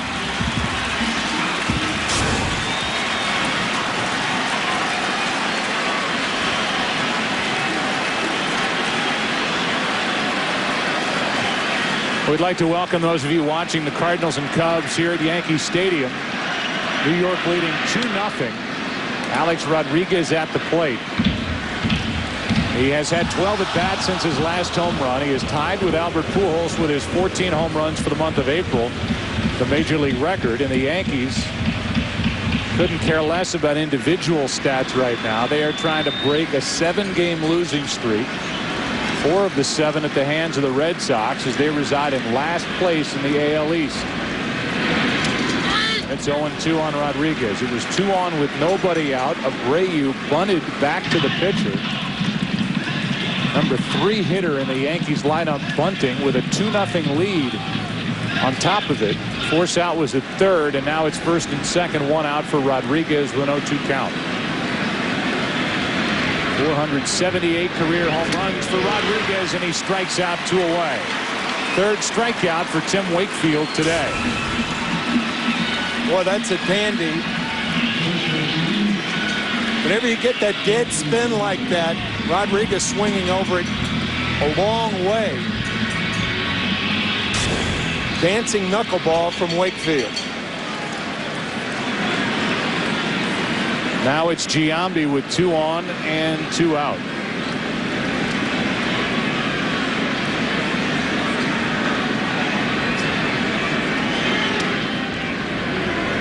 Ball 1 outside.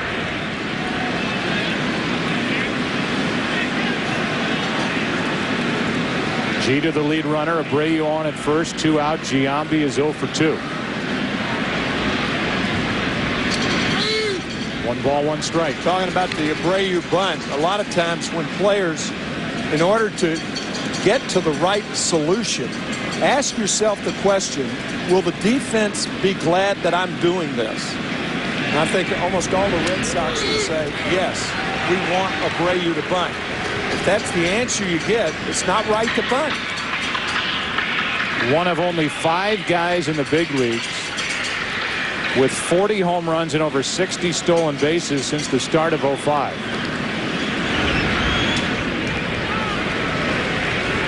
It's down and away 2-2 on Giambi. We've talked about this in years past that some teams have a sign, get him over. Get him over any way you can. It's almost a way for a manager to kind of throw it on the hitter. If you want to bunt, bunt. If you want to swing, swing. Who knows if that was called from the dugout, but it's doubtful. Doubtful, and it would make you scratch your head. The Yankees to take the bat out of the hands of Abreu. It's got to make Francona happy. And now after that big strikeout by Wakefield, he could get out of trouble. He can get Giambi. That's foul. Runners moving on a 3-2 pitch, and that was pounded foul.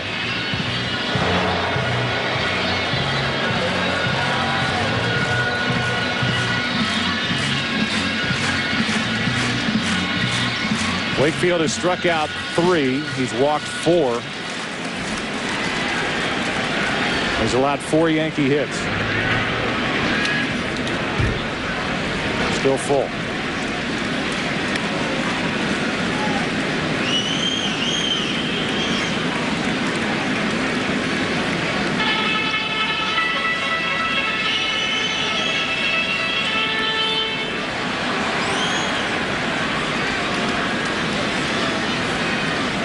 Andy Pettit used the word embarrassed talking about his effort last night. That walk loads the bases, and Wakefield has walked one in every inning.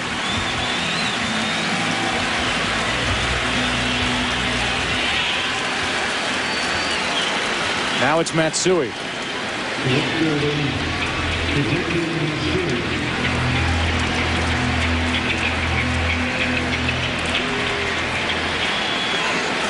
Mentioned right before his first hit back in the second inning.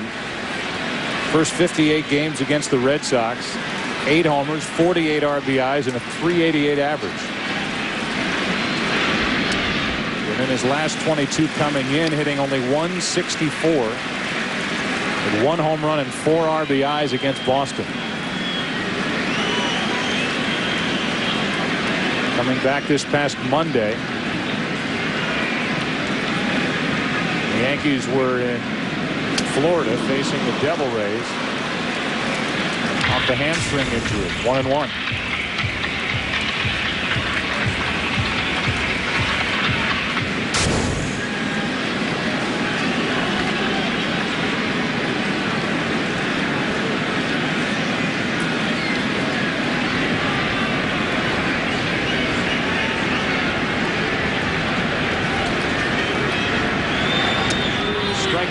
Think about coming to this country and hitting a ball you've never seen before. As to my knowledge, there are no knuckleballers in Japan. Nor has Hideki Matsui ever seen a knuckleball prior to facing Tim Wakefield.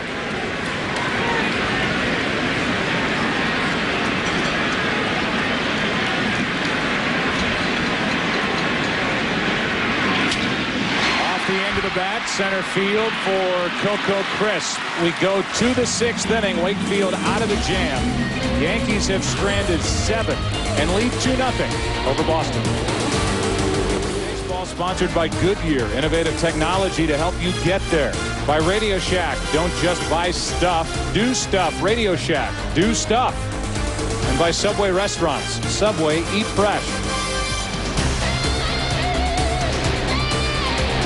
Big inning for the Red Sox with their 2, 3, and 4 batters, Euclid, Ortiz, and Ramirez. Down 2-0 to Kei Igawa. Realize that as we play here in the 6th inning, this is all leading toward a possible appearance in a save situation, maybe, for Mariano Rivera, who does not have a save all year. And last night, couldn't get more than 1 out. And allowed 4 runs on 3 hits. Yankees the only team in the major leagues without a save. Joe Torre has worn out the bullpen. That's been the main criticism, but starters are not able to get deep into games. Igawa trying to change that. He gets a high strike to make it 2-1. He's at least pitched into the 6th. As Fleming yells back into the Red Sox dugout. They were giving him trouble about that 2-0 pitch. Yankees averaging less than 5 innings per start. Long run for Cano. He's there. He has it. 1 out. Once again, today's Subway Fresh Fit trivia question. Yogi Berra, one of 6 managers to win pennants in both leagues. Who was the first to do so? Joe McCarthy. The Cubs in 1929 and the Yankees 8 times. The first to accomplish that feat. Now with 1 out, here's David Ortiz.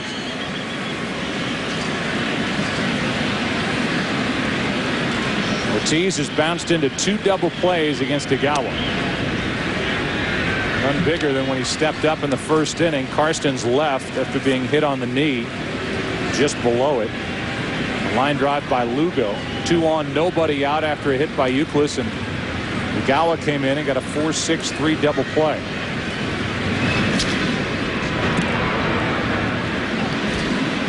They were almost identical in the first inning.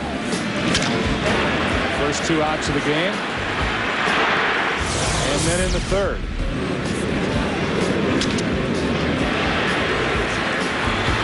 To erase Euclid. And Ortiz is hitless on the day. The Came in hitting .321 against right-handed pitching, and all 6 of his home runs against the right-hander and against the lefty. Posada, Giambi, and over. Now the 2 out as Giambi made the play along the photographer's well. 2 out, and they were communicating to see who'd come down with it. Posada. I think it was. Well, certainly it's Jason Giambi's ball. Much easier play than to call on Posada.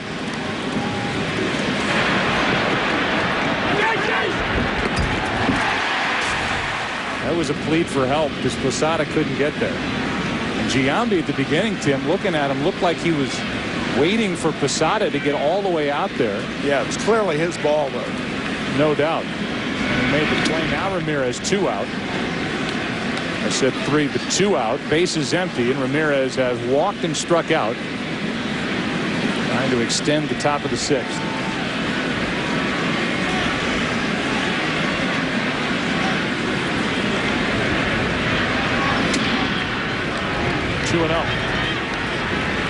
That was a very, very big out of David Ortiz, because you do not want to tempt Manny Ramirez again if you're a Yankee pitcher representing the tying run.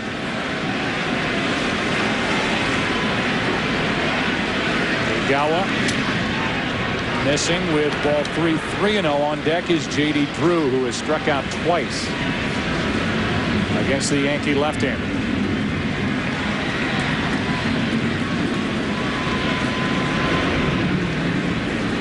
Good game at Yankee Stadium.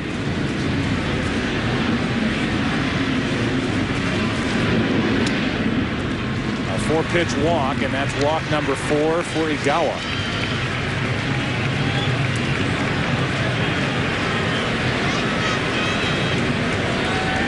.87 pitches. The Yankee bullpen, just to illustrate the action they've had, the most any pitcher has appeared in a game is 14 times to this point in the season. That leads the league, that total. Whether it's the American League or the National League. Big out as Drew grounds out. The Yankees have 3 pitchers in their bullpen who have all appeared in 14. Only one swing has really mattered today, and it came from Posada 2 innings ago in the 4th. A 2-run shot, 2-0 New York. Bottom of the 6th inning, Posada, Cano, and Cabrera. 7, 8, and 9 hitters against Wakefield. Here's Wakefield again. Not getting any run support. Next week on Fox Saturday Baseball, Tim and I will be here at Yankee Stadium for Seattle and the Yankees. White Sox, Angels, Phillies, Giants. Check your local listings for the game and time in your area. On the air at 3:30 Eastern with our pregame show. Posada didn't like the call, and now he's in the hole.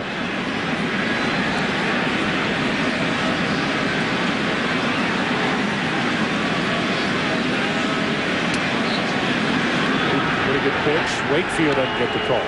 2-2.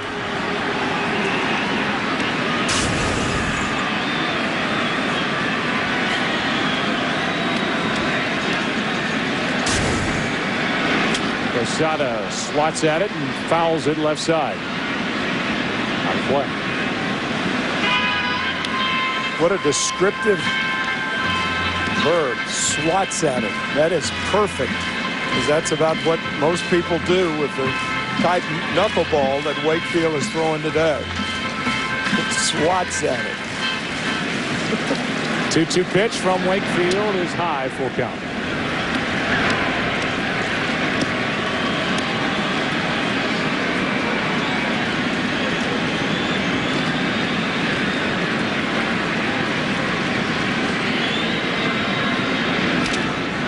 Just got a piece of the ball, and the ball got a piece of Mirabelli.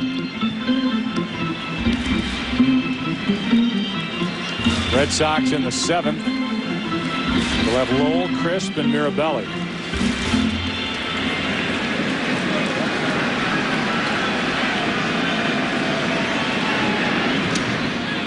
It's a leadoff walk to start the sixth. My partner Joe Buck doing a Major League telecast today, but that was not always the case, as Bruce Fleming recounts.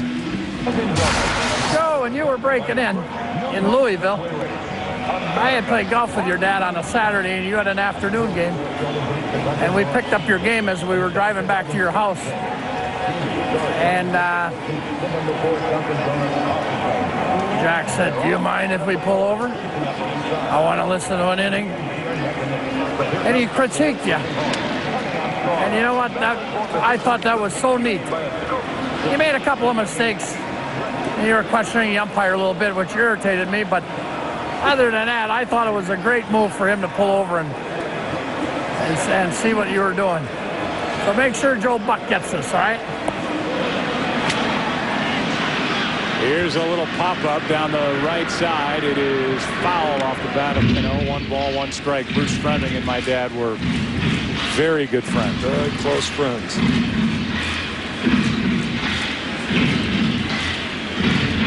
Story about my dad at San Francisco Candlestick Park, where the Giants used to play kids way back when. Cano fouls it. My dad was in one car pulling into Candlestick Park. There was an attendant there, a kid, who was letting them into the area where the players and broadcasters and media people park. And then behind him, he knew that Fleming was in a car with the other umpires. And my dad paid the kid to say to Bruce Fleming when he pulled up to get in there to park, "Sir, you can't be an umpire. You're too fat to be an umpire." Fleming got out of the car and chased the kid around and said, "Mr. Buck, put me up to it. Don't stop chasing me." Bruce is one of the great characters of the game and a terrific umpire. 2 balls, 2 strikes, 1 on, nobody out. Cano reaching for it. Wakefield bobbles it and throws one of his rare fastballs over to first for the out. He was thinking 2. He gets 1. Down to second is Posada. Yeah, thinking too quickly about 2, and it's certainly understandable. Looking towards second before he had a hold of the ball. The pitch outside. Wakefield looking towards second. And then by the time he does grab a hold of the ball, too late to go to second and gets the sure out. Melky Cabrera now. Hit the ball hard his first time, lined out to right. Runner at second, 1 away.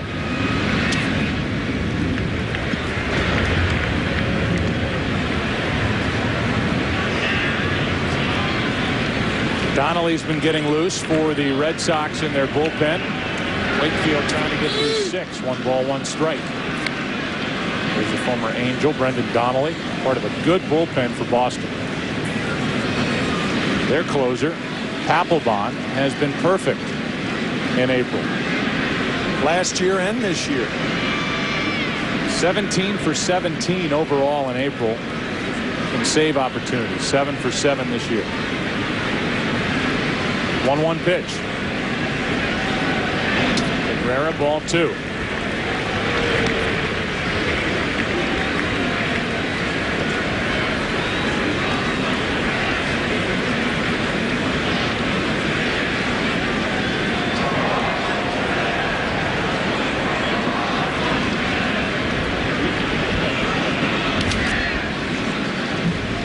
Six o'clock in the East, so we give you a little look back. Yankee Stadium here in the Bronx. First inning. First swing right out of the gate. Lugo hits a line drive off the right knee just below it of the starter Karsten. Igawa came on and got out of trouble, and the only scoring, the 2-run shot by Posada in the 4th. Now Cabrera pops it up down the left field line. Trouble. It's a fair ball. It's a ground rule double, and that will score Posada to make it 3-0 New York.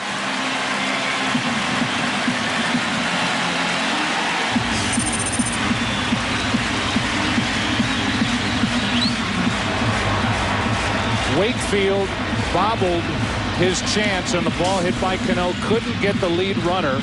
Posada going to second, and as a result, Posada scores on this bloop by Melky Cabrera. There are some balls that are hit where nobody plays, and this is one of them. About 3 inches fair. And the English just takes the ball into the stands, and the Yankees tack on another one. Including today, the Red Sox have scored 15 runs in Wakefield's last 10 starts. He leaves down 3-0, runner at second, 1 out. Here's the play that set it up. Wakefield had a chance to get the lead runner, did not. Posada was there at second, scored on the bloop double. Wakefield is out. The Yankees lead by 3. Johnny Damon takes a pitch inside, and Donnelly comes out of the bullpen. He's been good for Boston in his first season with the Red Sox. 118 pitches for Wakefield. Leaves down 3. Runner at second, 1 out. Donnelly dealing with Damon, top of the order. Damon pops it up. Lugo out to get it. 2 out.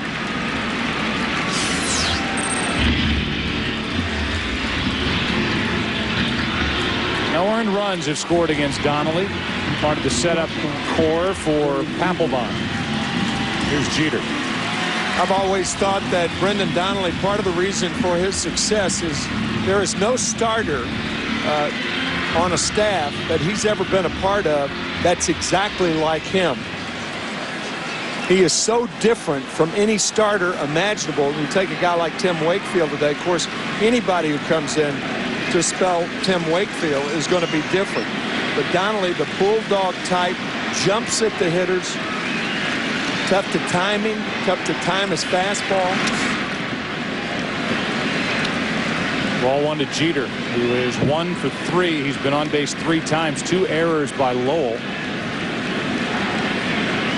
Neither one has come back to hurt Boston.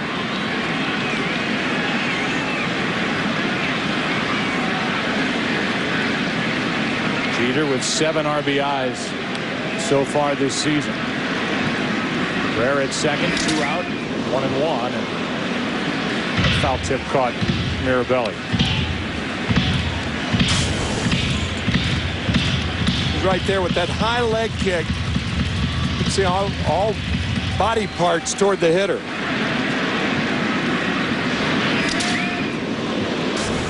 Mirabelli and Bruce Freeman.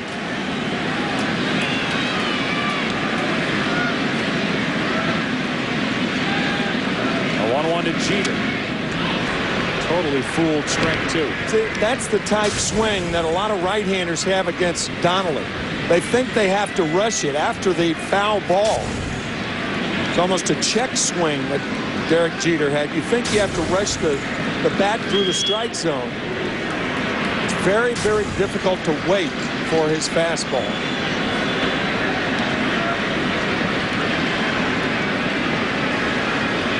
Runner at second, 2 out. Donnelly drives Jeter off the plate, 2-2.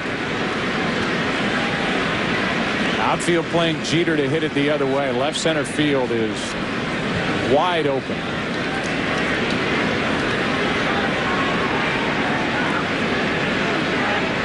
Likes to go to right with 2 strikes, and the count is 2-2. Cabrera at second, 2 out.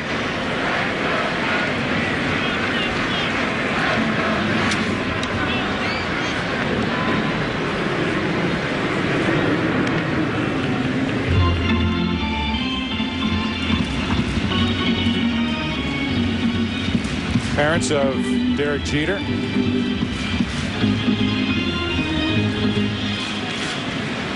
Dr. Charles, his father, heavily involved, along with his mother, in the Turn 2 Foundation. They were in New York. 2-2 pitch. Lugo gets that high hop, had trouble getting it out of his glove, and Jeter is safe.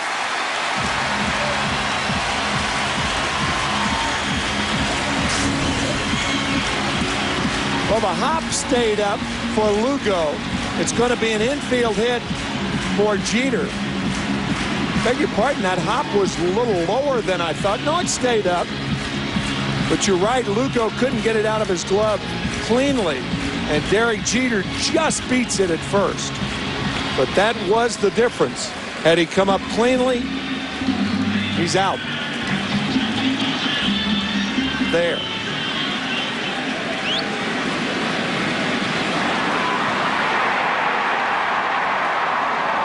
So now it's first and third, 2 out for Abreu.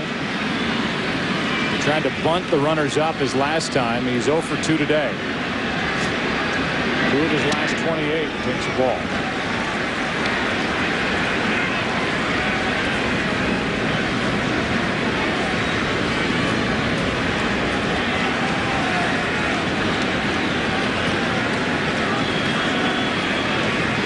Yankees have added to the lead for K. Igawa and a chance for more. 1-1. That's the toughest area for a right-handed pitcher to get a call strike on a left-handed hitter. The ball up and away. It was a strike, but it's difficult to get a call strike in that area. Right-hander hits a left-hander. Mirabelli's back to a typical size catcher's mitt. Changed gloves after Wakefield left, and now Veritek is back in play. Could make an appearance as we go through the rest of this game. Mirabelli got the start with Wakefield on the mound. 2-1 pitch to Abreu. First and third, 2 out. 3-1 with Alex Rodriguez next.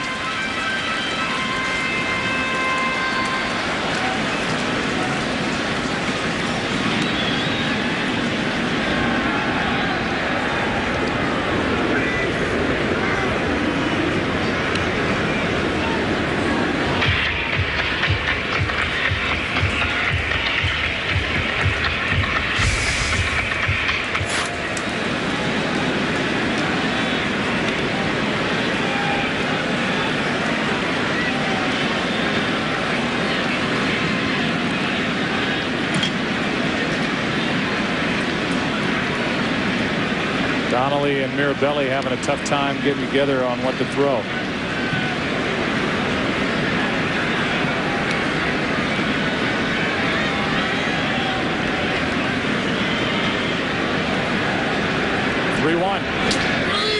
Full count. Runner at first. Jeter will go with the next pitch. It's another pitch up and away, called a strike. Yep. 2 in this at bat. About in the same spot.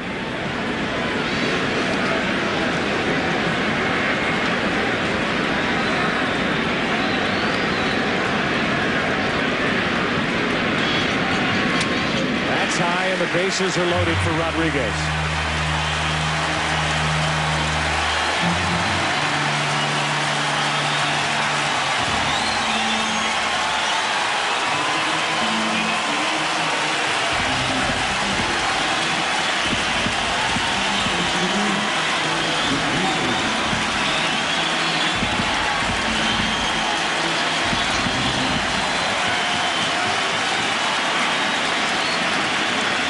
Even though Rodriguez is only 1 for 6 in his career against Donnelly, he's happy Wakefield is out of the game. Bases loaded, 2 out.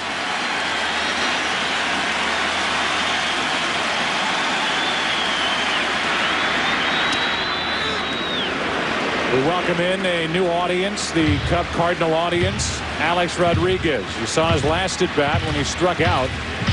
That was against Wakefield. He was struck out twice today.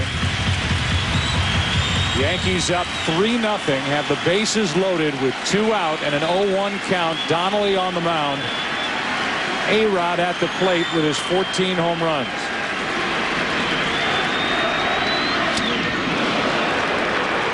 Oh, 2. Good fastball from Donnelly. 14 grand slams for Rodriguez. A total time for third among active players. Career .338 average with the bases loaded. Won a game with a grand slam earlier this year against the Orioles.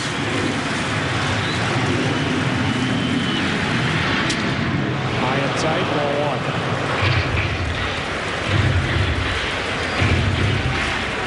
Melky Cabrera, Derek Jeter, and Bobby Abreu the runners with 2 out. Yankees trying to end a 7-game losing streak, and Mirabelli is out to talk to Donnelly.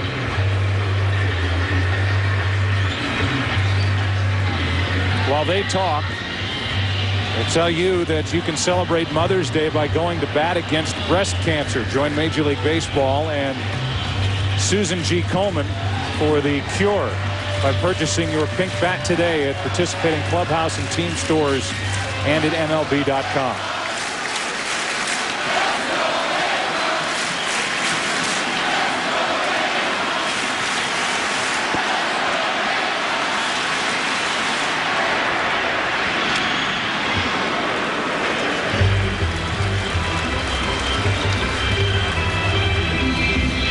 Romero getting loose.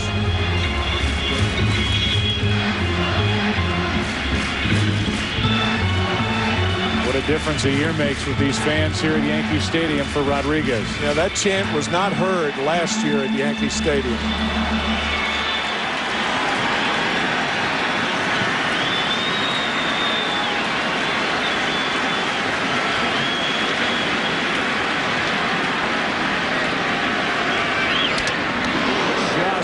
Piece, and that caught Fremming, the home plate umpire. Boy, that was a tough pitch to handle. In on the hands. We mentioned before last week's game that the Red Sox had to pitch Alex Rodriguez inside. And that's what Donnelly tried to do, coming in on the hands of A-Rod. Just getting a piece.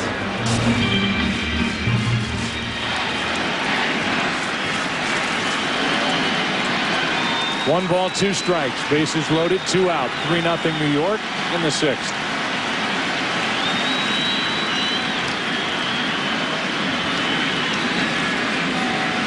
"14 home runs on the season. 34 RBIs.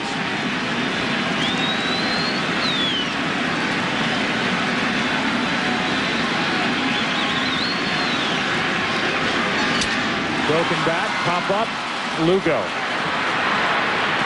Inning over, and Rodriguez is 0 for 4. Into the 7th inning we go. 3-0 Yankees lead it now. Back after this from your local Fox station.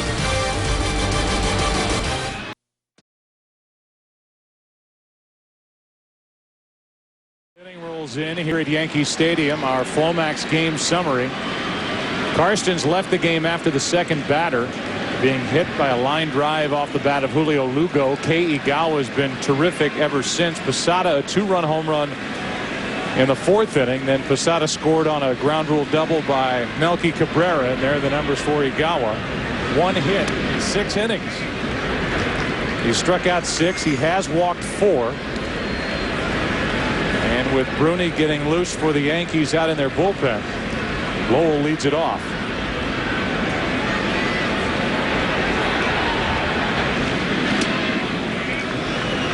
2-0. Any sign of trouble, maybe even a base runner here in the 7th inning. And I think Joe Torre, realizing that he has gotten as much as he can out of Kei Igawa this afternoon. Ron Guidry on the phone to make sure Bruney hurries to get ready. Crisp on deck. Lowell chops it to 3rd. Off the glove of Rodriguez. Do or die play. Rodriguez couldn't come up with it. Lowell's on to start the inning.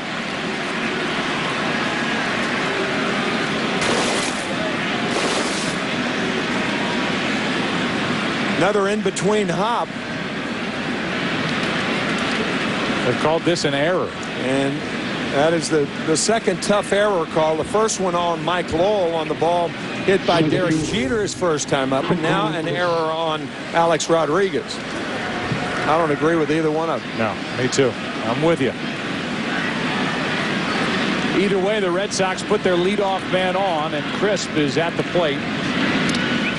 Ball 1 in the dirt. Mirabelli is on deck. Veritek now could enter if Terry Francona wishes to go that way. Mirabelli, however, has hit well at this stadium and started the day hitting .400 with 2 homers, 4 RBIs in his limited work. Crisp so far today, 0 for 2. That is a fair ball. The ball boy down the left field line almost touched it. Third base umpire Brian Runge says he didn't. It's a fair ball, a base hit, 2 on with nobody out. No interference called, and Joe Torre is going to pop out of the dugout, and they make the pitching change right now. This ball just fair, and look at the ball boy down the left field line, trying to field the ball right there. Fortunately for the Yankees, he didn't touch the ball. Had he touched it, it could have been interference and a double allowed. Great job by Igawa.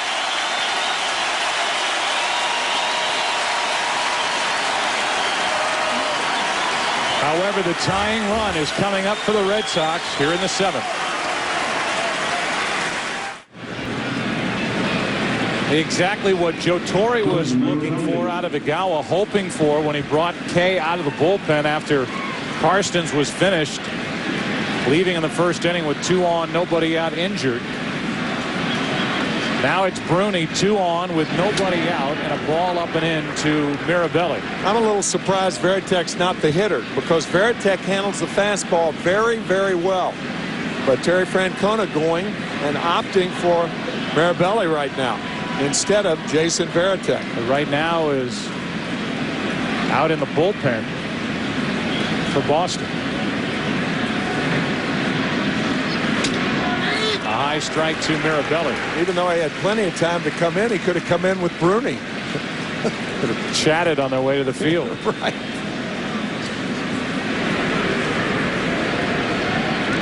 Mentioned that Mirabelli has been good in his career at Yankee Stadium. So far today he has walked, struck out. That was against Igawa. Could be a big day for the Yankees in the big picture if Igawa can claim one of the spots in the rotation. In the smaller picture, they're hoping that Bruney can help preserve a lead as you look at the career numbers for Mirabelli hitting here at Yankee Stadium. A career average over 300, 2 home runs. Tying run at the plate, nobody out here in the 7th. Yeah, that had to figure prominently in Terry Francona's thinking to leave Mirabelli against the right-hander. 95 miles per hour. It's 2-2.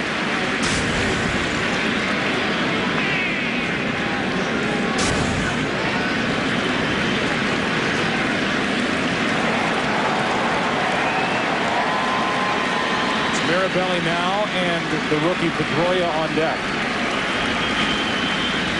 The 8 and 9 hitters.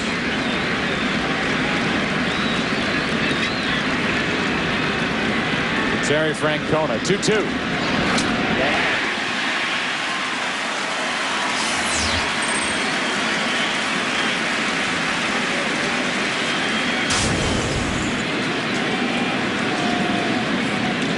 Blistering fastball by Mirabelli.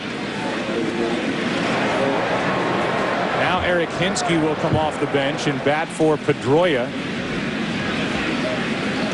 10 out of 55 at the start of the season is Pedroia.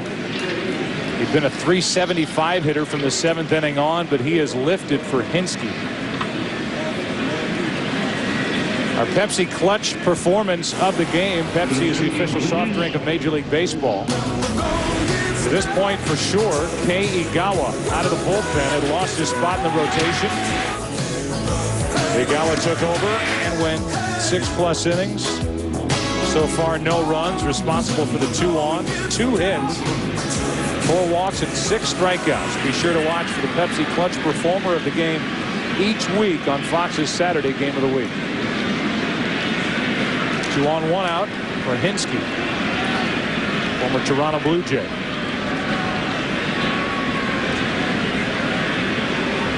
Eric off to a good start with the average and limited work.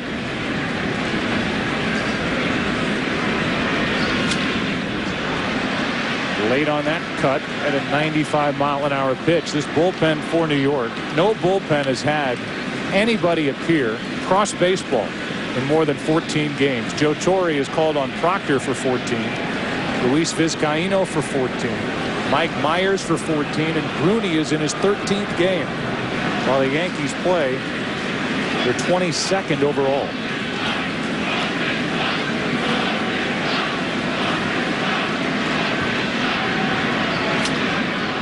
Popped up, third base side. Rodriguez has a play on it. 2 out.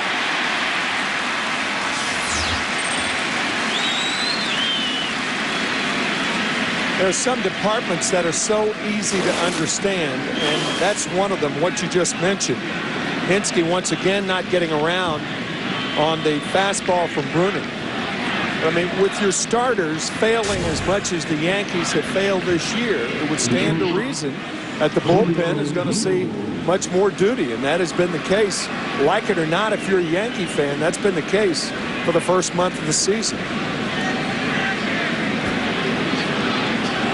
Goodry's been on that phone a lot. Now with 2 on and 2 out, Kerrigan's on the other end. Joe Kerrigan, a former pitching coach and short-time manager with Boston. Coach out of the bullpen for Joe Torre. 2 on, 2 out for Lugo, who had a big night here last night. At his first homer as the Red Sox shortstop last night. Drove in 3. He's 1 for 3 today. It's one of those show-me sliders, but throwing as hard as Bruney is right now, you have a game situation. I don't think Bruney wastes any more sliders to Lugo. There's heat. There's a ground ball. Jeter flips. The inning is over, and what a job by Bruney. 2 on, nobody out. Bails the Yankees out of trouble. Time to stretch. Yankee Stadium. Igawa happy and ready to welcome Bruney back to the dugout. Yankees trying to snap their losing skid up 3-0. We remind you that Fox Saturday Baseball next week, good matchups. The Mariners are here to take on the Yankees in high definition. The Phillies and the Giants are the White Sox and Angels. Coverage begins. Pregame show 3:30 Eastern right here on Fox. This date in baseball history, April 28th.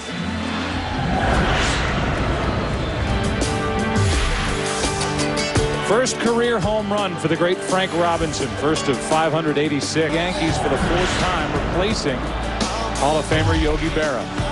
1929, the Red Sox played their first ever Sunday game in Boston. Game was at Braves Field against Philadelphia Athletics. 1988, Orioles lose their 21st straight game to start the season.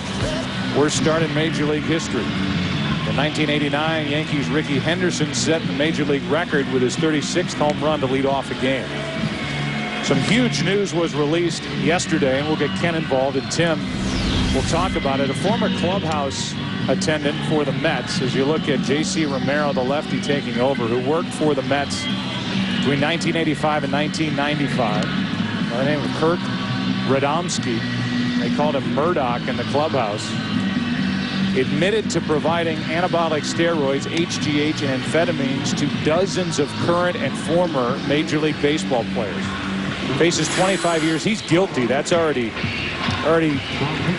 figured that he is guilty. $500,000 fine, and he has said that he will cooperate with federal investigators, and he could potentially hand over a treasure trove of information and names, and he will work with the investigators for Senator Mitchell's investigation into the steroid situation in baseball. Giambi's been intertwined with all that, with Balco a couple of off seasons ago, and this could be a guy that could break this situation wide open, because instead of relying on players to admit guilt, you're now talking to a middleman who could turn over information and give names and dates and specifics, which is really a major bit of information and evidence, and something that could really turn this whole steroid investigation in a new direction and really shed light on a lot of players that I'm sure are wondering what's coming around the corner. As we play here in the bottom of the 7th inning, and J.C. Romero is in the game, third pitcher of the day. Wakefield and Donnelly did a nice job. Now Romero. The count's 2-1. Ken, that is really news that should really send shockwaves throughout baseball, with this Kirk Radomski What more do you know about it? Well, Joe, no question, we'll never know the entire truth about the steroid era, but this latest revelation could help to start unravel the mystery a little bit more. And as you mentioned, he pled guilty to providing performance-enhancing drugs to dozens of former and current players. Now, if those names come out, obviously it could shake the game to its very foundation. 3 balls and a strike. Giambi will take a walk to start the 7th. Or confirm what people have thought for a long time. Yeah, I think that's it. Something we've talked about in the past. That as this circumstantial evidence continues to mount, and we'll have a pinch runner for Giambi. He is lifted for Mankiewicz, so they will add to their defense when the Yankees take the field with a lead in the top of the 8th inning. That as the circumstantial evidence continues to mount, while there are no names and there are no specifics and there are no dates that we're aware of that anybody's done anything, we all look at it a very different way now. And there's a breaking ball that doesn't break to Matsui. And from circumstantial evidence, Ken Rosenthal, we could get some concrete, hard evidence from a guy who's willing to talk. Right, Joe. And I'm not going to sit here and defend Barry Bonds, but Barry Bonds has taken the brunt of this entire era over the last couple of years, and especially now as he's chasing Hank Aaron's home run record. The reality is many, many other players use performance-enhancing drugs, many other hitters, many other pitchers. For all the latest Major League Baseball news, rumors, video, including Ken Rosenthal's official stance on Curt Schilling and Sockgate, log on to foxsports.com on MSN, keyword MLB. Matsui at the plate. Mankiewicz pinch running at first. Nobody out. Matsui is 1 for 2. That's low from Romero. 2-1. Donnelly went 2/3 of an inning. Rivera starting to get loose for the Yankees. The pre-warm-up routine with that weighted ball, swinging his arm, getting loose. No saves. 2 blown saves so far for Joe Torre, and a very poor inning here last night against the Red Sox. Matsui grounds it foul.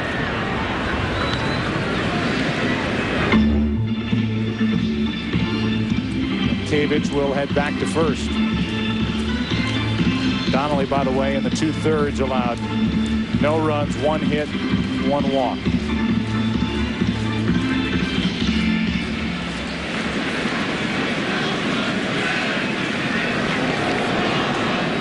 Saw that highlight from Toronto. Texas sac fly by Blaylock won that game. The Cubs are having fun at the Cardinals' expense yet again.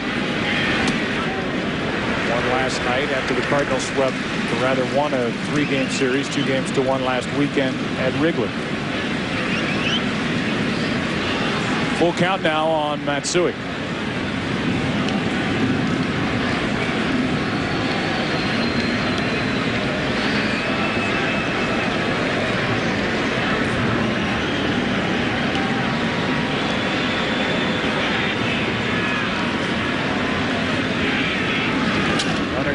With a 3-2 count, Matsui fouls it.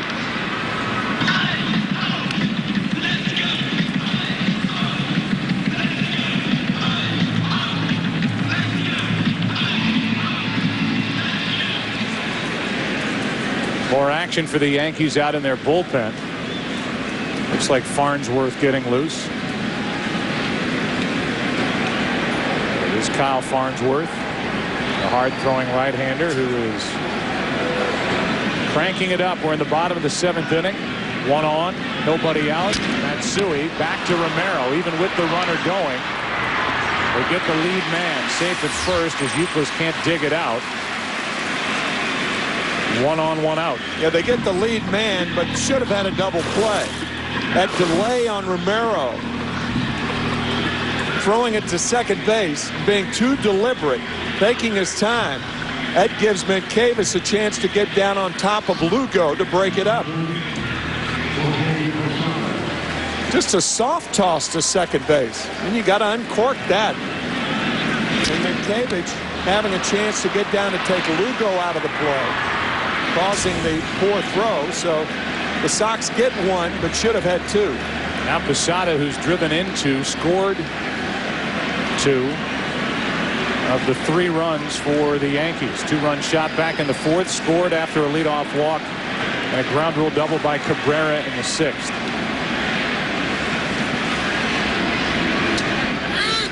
Strike 1 from Romero. The other left-hander in the Boston bullpen, Tim, is Hideki Okajima, who pitched again last night. And he has been automatic out of the pen for Terry Francona. Phenomenal. His first pitch that he threw in the American League this year to John Buck was hit for a home run. Since then, nada. Nothing. 10 2/3 innings of scoreless, no-hit ball. Phenomenal.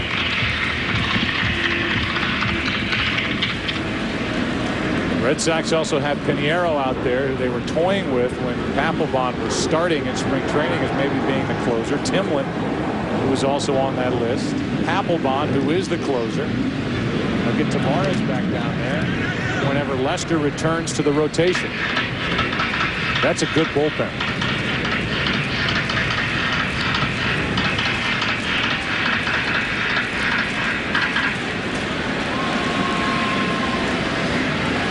One and 2 on Posada, with Cano next. I said no-hit ball for Okajima. Scoreless ball. He has given up 3 other hits other than that home run by John Buck. Just inside. Romero thought he had strike 3. Instead, it's ball 2.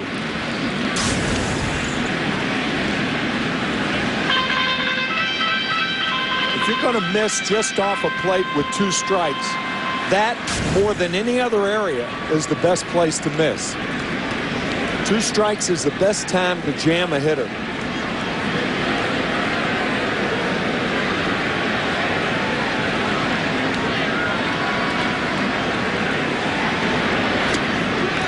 Two out. Runner at first, and Cano coming up.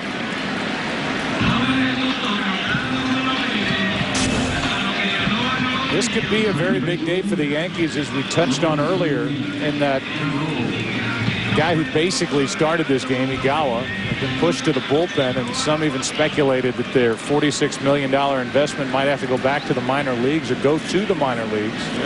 Try and straighten himself out. Instead, he comes in today, goes 6+ innings, no runs, 2 hits against the Red Sox, with his team in the midst of a 7-game losing streak. Struck out 6, walked 4. If he can claim one of the spots as a middle of the rotation guy, that's a fair ball. The Yankees get Messina back.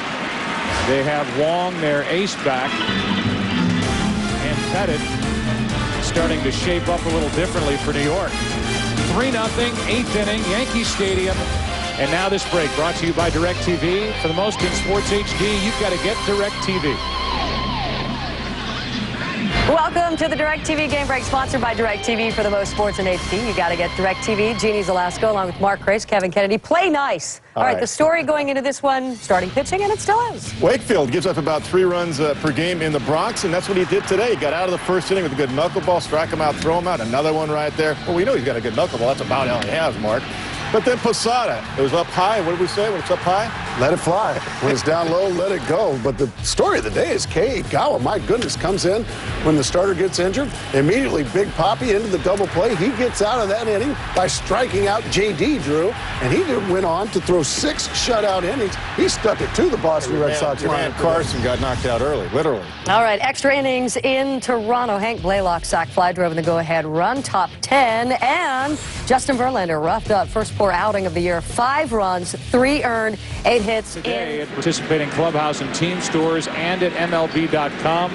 It's like last year. There will be some big leaguers who actually use pink bats during the games on Mother's Day. And here's Cal Farnsworth into the game. 4th pitch of the day. Karstens for 2 batters. Igawa. Bruney was terrific. And now Farnsworth against the 2, 3, and 4 men. Hammered foul by Euclid. Good start for Euclid, and a guy who is not on the All-Star ballot because that man is David Ortiz. The game's in San Francisco, no DH, so Ortiz is the first base option from the Red Sox, not Euclid. All-Star game will be right here on Fox. Joe, you mentioned that statistic earlier about the 4 games that these two teams have played this year. The Yankees have been ahead in all 4 games, and the Red Sox have won all 4 games.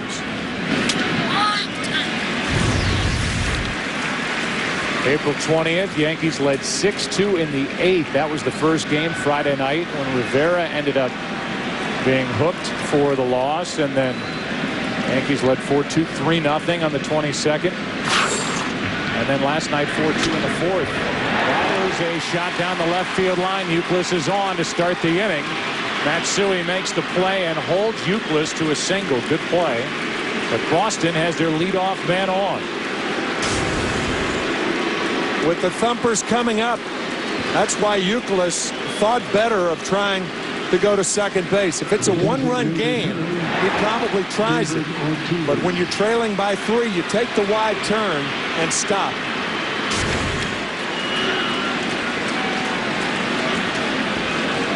Here is Ortiz. David against Igawa, bounced into 2 double plays and fouled out. All 6 of his home runs have been against right-handed pitchers this season. Kind of a feeble swing by Ortiz, strike 1. Here's a situation where with Kevin Euclid, average speed at best at first base, you've got Ortiz up, a pull hitter, ball down and in, he could pull the ball down the line. I think Mankiewicz should be way behind Kevin Euclid. You got a 3-run lead. Instead of here, Mankiewicz should be about 4 feet behind him. There's really no sense in holding him on in this situation. On top of that, Euclid, first of all, he wouldn't run anyway. That's he right. Doesn't run. Right. And you have got a left-handed batter at the plate. Yeah. Guy who is lethal on the ball down and in, but Joe Torre elects to hold him on. I don't think that's the right play here. 2 balls and a strike on Ortiz, slapping those hands together, trying to get something going for the Red Sox, who are looking for their 5th win this season against New York.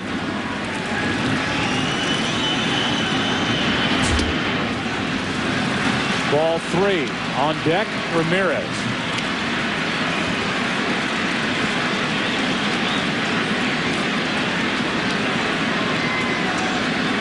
Veritek has moved from the bullpen to the dugout. 3 balls and a strike on Ortiz. A walk follows the hit, and the tying run will come up for the Red Sox.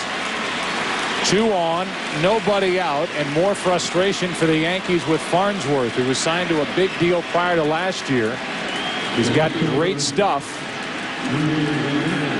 but a guy who has struggled from time to time, and now Farnsworth walks off the mound and doesn't realize Guidry's behind him. Nobody is up for the Yankees in their bullpen, and the tying run, Manny Ramirez, will walk in.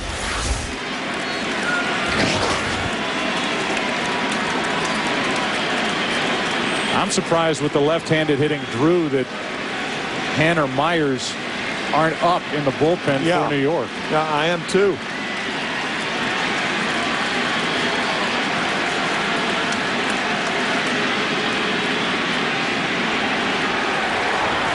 Instead, it's empty, and right now it's Farnsworth and Manny Ramirez. Strike 1. 97 from Kyle Farnsworth.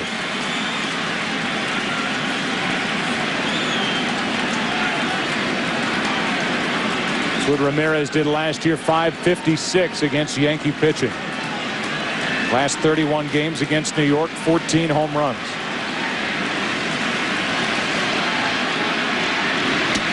Good pitch from Farnsworth. A little slider, and it's 0-2.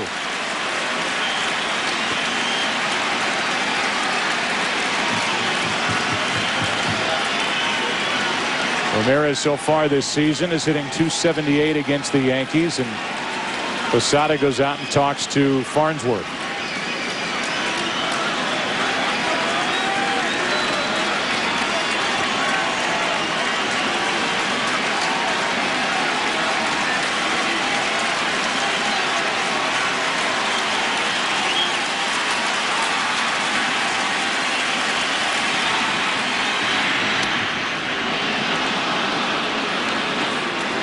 One ball, two strikes.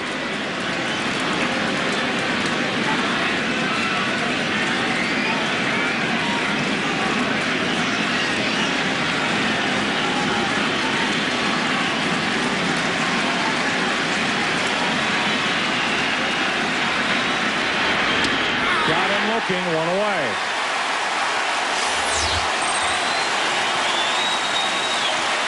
It is rare when you see Manny Ramirez frozen at the plate with 2 strikes. But the fastball in there for a strike. Another slider. He misses with the slider and comes right back with a slider. And you don't see that often. But Manny frozen by the good slider from Farnsworth. Even more than that, how rare is it that Ramirez goes up there and doesn't take a swing? Yeah. 2 on, 1 out. Drew takes a strike.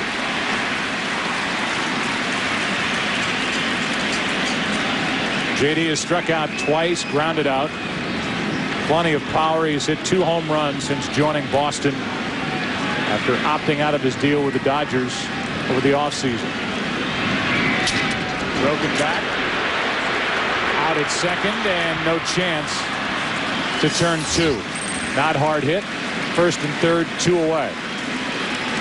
That's one of those situations where Derek Jeter, because Youkilis held up like he did, you could throw the ball to Cano and have Cano go to third. Watch Youkilis holding up. The play really is to third base, but it's such an unusual play that Cano understandably is not looking there. But Youkilis had to hold up so much. But if Rodriguez is on at third, possibly there could have been a play on Youkilis. Now it's first and third for Lowell.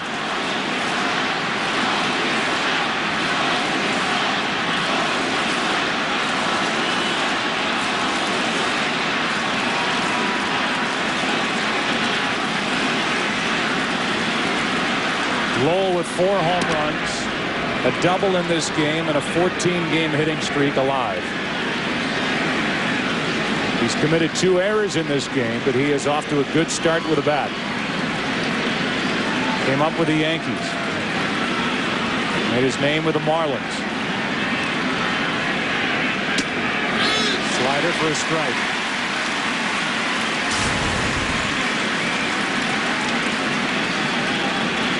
Well, that pitch right there is a dangerous pitch to a guy like Mike Lowell, who is a pull hitter. Those sliders go a long way, more than any other pitch.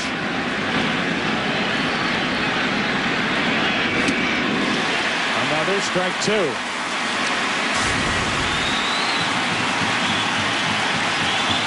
Good downward action on that one.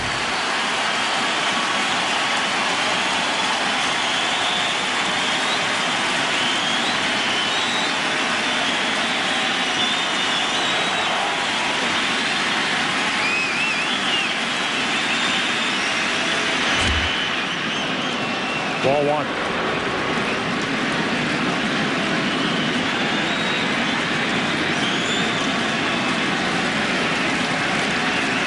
Tying run at the plate for the Red Sox. Farnsworth trying to get into and then out of trouble here in the 8th.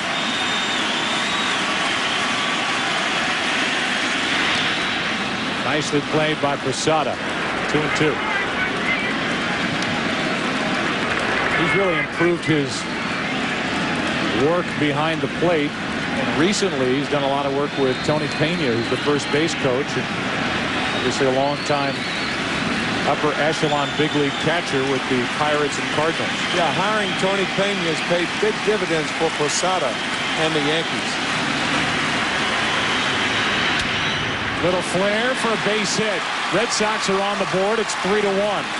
And now the tying runs are on as Lowell gets the 2-out RBI hit. That's a great approach right there. After all those sliders, to Mike Lowell. Farnsworth tries to come inside to Lowell. He fights it off into right field for a hit.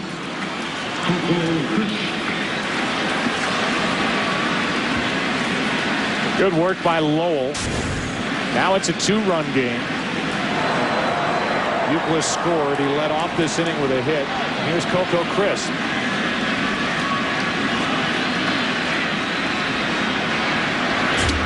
Strike one on the outside corner.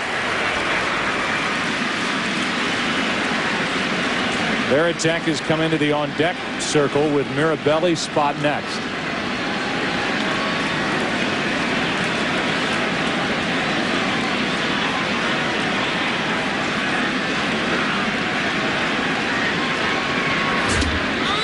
Strike two.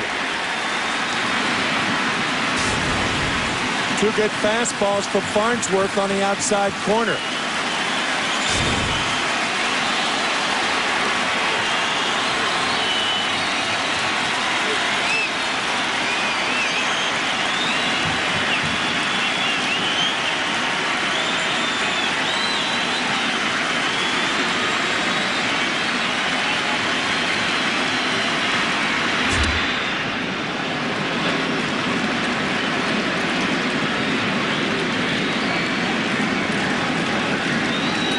Crisp came in having hit .400 over his last 7 games. Got off to a very poor start beginning of the year. Started to heat up, then strained his left oblique. Back into the action. As a hit today, set up at 1-2.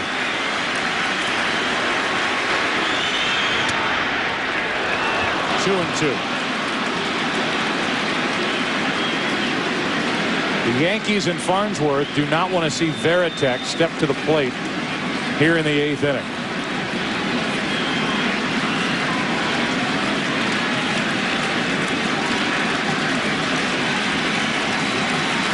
Crisp trying to make that happen.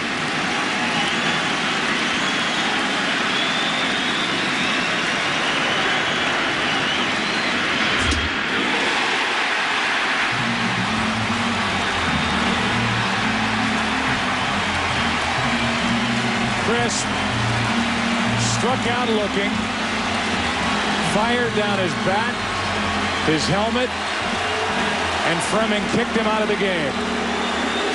Yankees lead by 2 into the bottom of the 8th.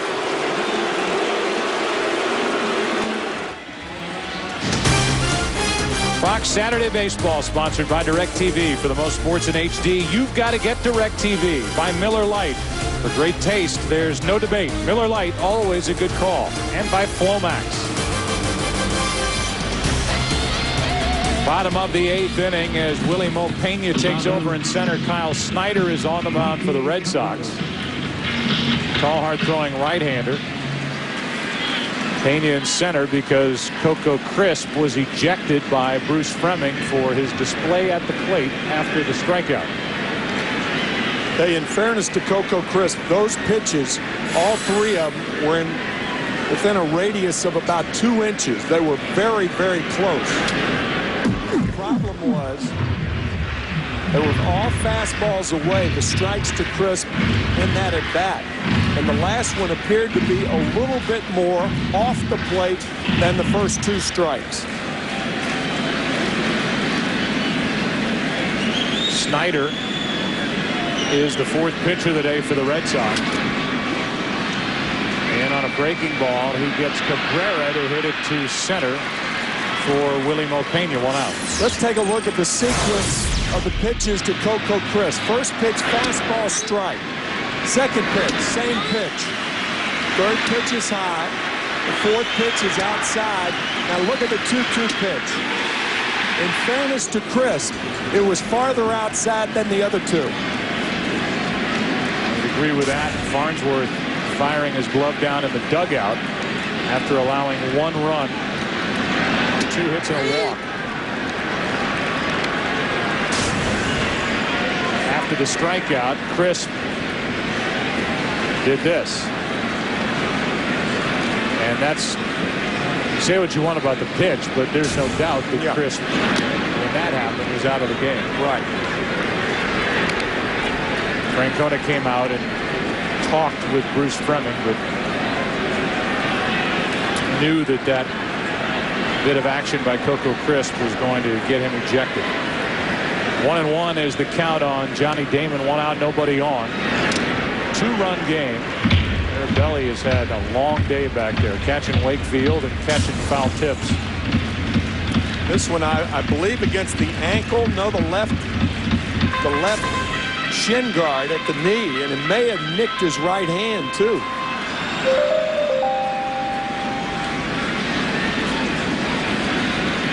J.C. Romero with a scoreless 7th. 1 walk, 1 strikeout.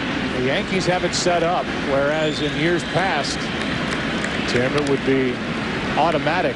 That Rivera getting loose in the bullpen, a 2-run lead, a game the Yankees want to need with a 7-game losing streak. But Rivera is 0 for 2, blown 2 saves, doesn't have one this season, and has struggled against the Red Sox.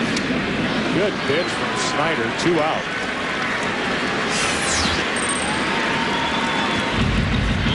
In the past 10 years, it used to be Joe Torre makes the move to Mariano Rivera, and everybody goes home. Now he makes the move to Mariano Rivera. People watch to see what happens, and then go home. There's Jeter.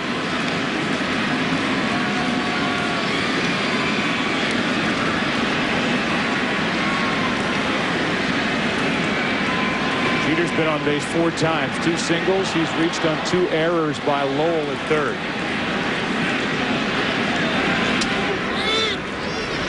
Snyder looks like he's got good stuff. Strike 1 over the outside corner. Kyle Snyder deserving a lot of credit, coming back from multiple injuries during the offseason, and he is a practitioner of yoga in his hometown of Sarasota. His dad a doctor down there. Towards his body to get out of the way of that. Another hit for Jeter, his 3rd of the day. He could easily have 4.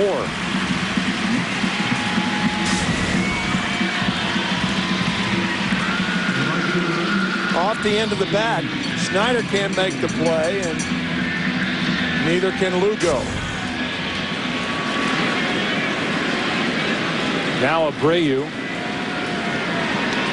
He's 0 for 2 plus 2 walks. Joe, I really think that baseball should adopt something like yoga to prevent all the hamstring injuries that are occurring on a basis that's frightening. All this high-priced talent. You never see pulled hamstrings, or you rarely see them in basketball. In baseball, because of the very nature of the game, the stopping and starting, the remaining sedentary for a long period of time, and then the sudden burst of speed.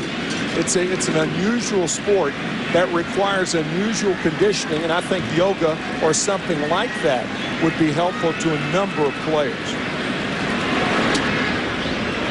Down and away, ball 1 to Abreu. Abreu trying to extend this inning for Rodriguez. Mariano Rivera getting loose in the bullpen. Rivera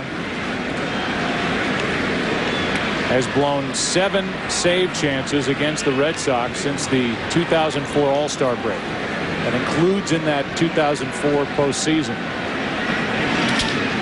when the Red Sox came back. This is Ramirez, and this is now into the 9th inning. Rivera will take over, looking for his first save.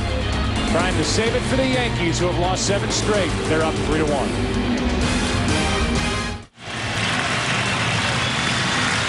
Moments ago, Rivera with a standing ovation for his reception as he makes his way in from the bullpen. And now it's up to Rivera to try and nail down the final 3 outs. Does have a win, no saves, a big ERA over 12.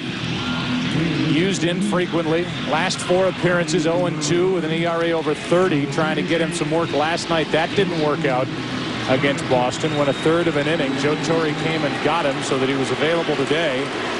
And here he is in a 2-run game. Veritek first up. He'll pinch hit and bat for Doug Mirabelli. Then Cora will follow, then Lugo.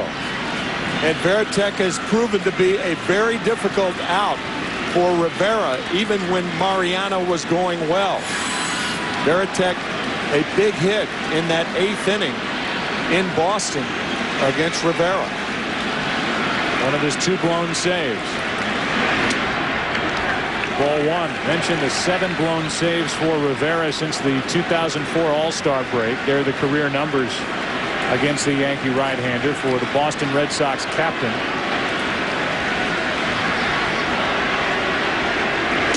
Strike 1. Since the All-Star break in 04, Rivera has a 4.65 ERA against Boston and a 1.80 ERA against all other teams. The 1-1.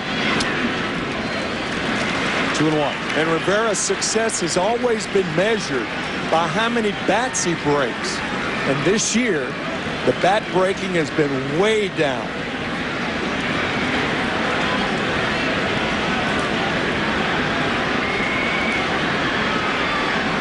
Three to 1 Yankees, 9th inning. And a broken bat, but for a base hit. The Red Sox put their leadoff man on and have the tying run coming to the plate.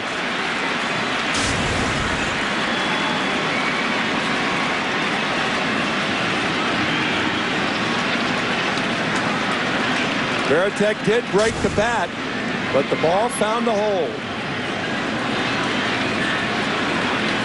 Veritek 3 for his last 3 against Rivera, and now Cora, who basically won the game for the Red Sox last Friday night with a hit off Rivera, takes a ball. A hit by Alex Cora gave the Red Sox the lead with the head of Jeter, who was drawn in at short. The game started by Andy Pettitte. 1-0 pitch. Good rip by Cora. 1 ball, 1 strike.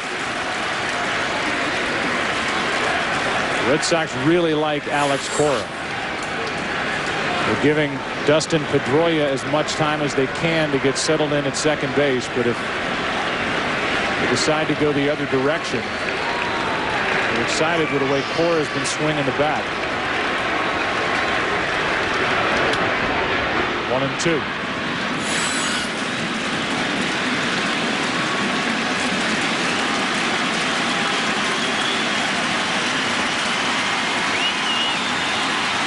Confidence has never been an issue for Mariano Rivera, seemingly, since he came to the big leagues.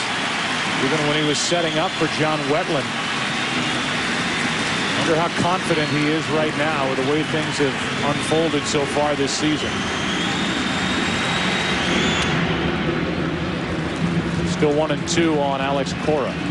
That is certainly a reasonable question. And it's often said that you can't see a man's confidence. Well, in some ways you can. You can see the way they carry themselves, how they walk, how they approach it, the eyes, the look in the eyes.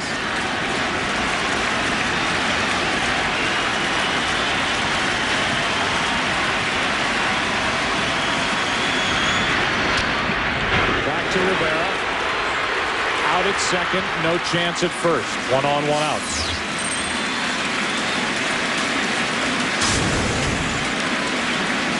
Mariano Rivera taking his time on the comebacker. Not hit hard, but a perfect strike to Jeter at second. No chance to get to Speedy Cora on the return throw. Now it's Lugo, and the interesting part of it is, for the Red Sox, if either Lugo or Youkilis can get on, it would bring David Ortiz to the plate.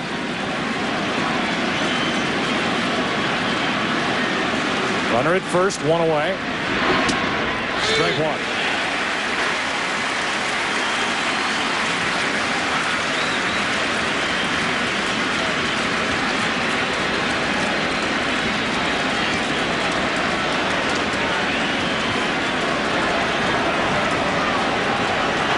The 37-year-old closer, Rivera, ties up Lugo. 0-2.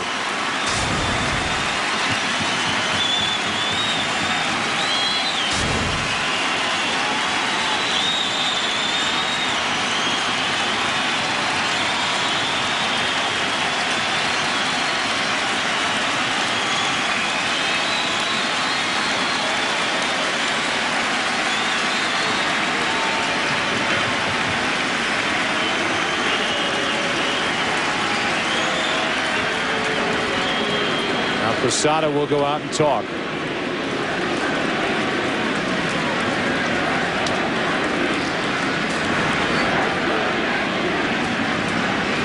April 15th against Oakland.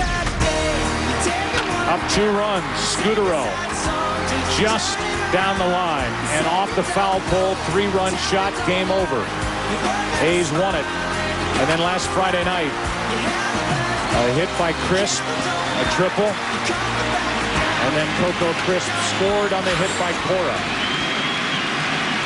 That started the streak of 7 losses in a row for the Yankees. And Rivera overthrowing there, missed high, ball 1.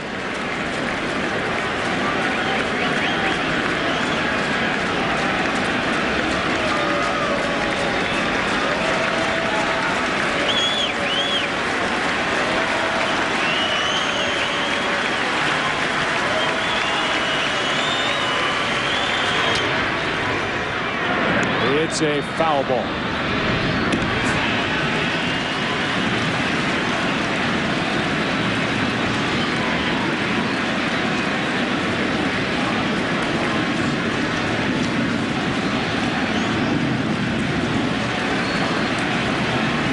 When Rivera is right, he's easier from the right side, if easier is the word. Reason for that cutter goes toward the back part of the bat.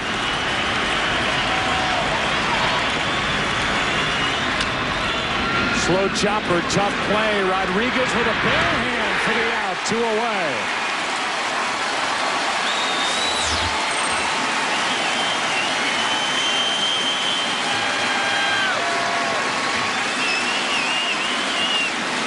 Now, this is a terrific play by Alex Rodriguez, who is deep at third. Now, Lugo doesn't get out of the box quickly, but a bare hand pickup to get the speedy Lugo. That ball inside, spinning his wheels a little bit, can't get out of the box quickly, but just barely nipped at first base. That got a wow from his manager, Joe Torre, and it brings in Euclid with 2 out.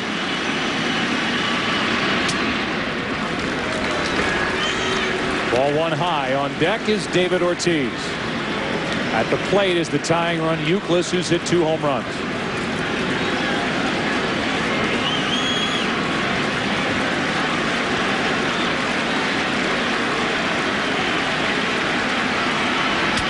Popped up.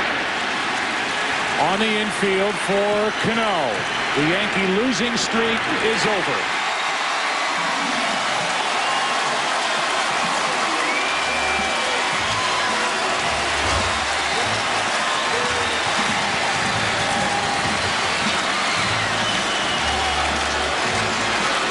Final score today, 3-1. The Yankees win it, snap their 7-game losing streak in a 3-hour, 25-minute game.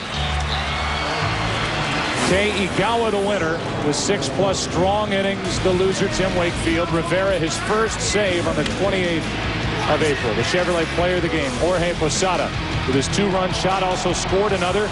In recognition of his outstanding play, Chevrolet will make a $1,000 contribution to Major League Baseball's Youth Outreach Program, Reviving Baseball. For more information on today's game and for the latest information in Major League Baseball, log on to foxsports.com, powered by MSN. For Tim McCarver and Ken Rosenthal, I'm Joe Buck. Our producer, Pete Macheska, director, Bill Webb. So long from New York. The Yankees' 7-game losing streak, their longest since 2000, is over. You've been watching Fox Sports, home of the 2007 All-Star Game.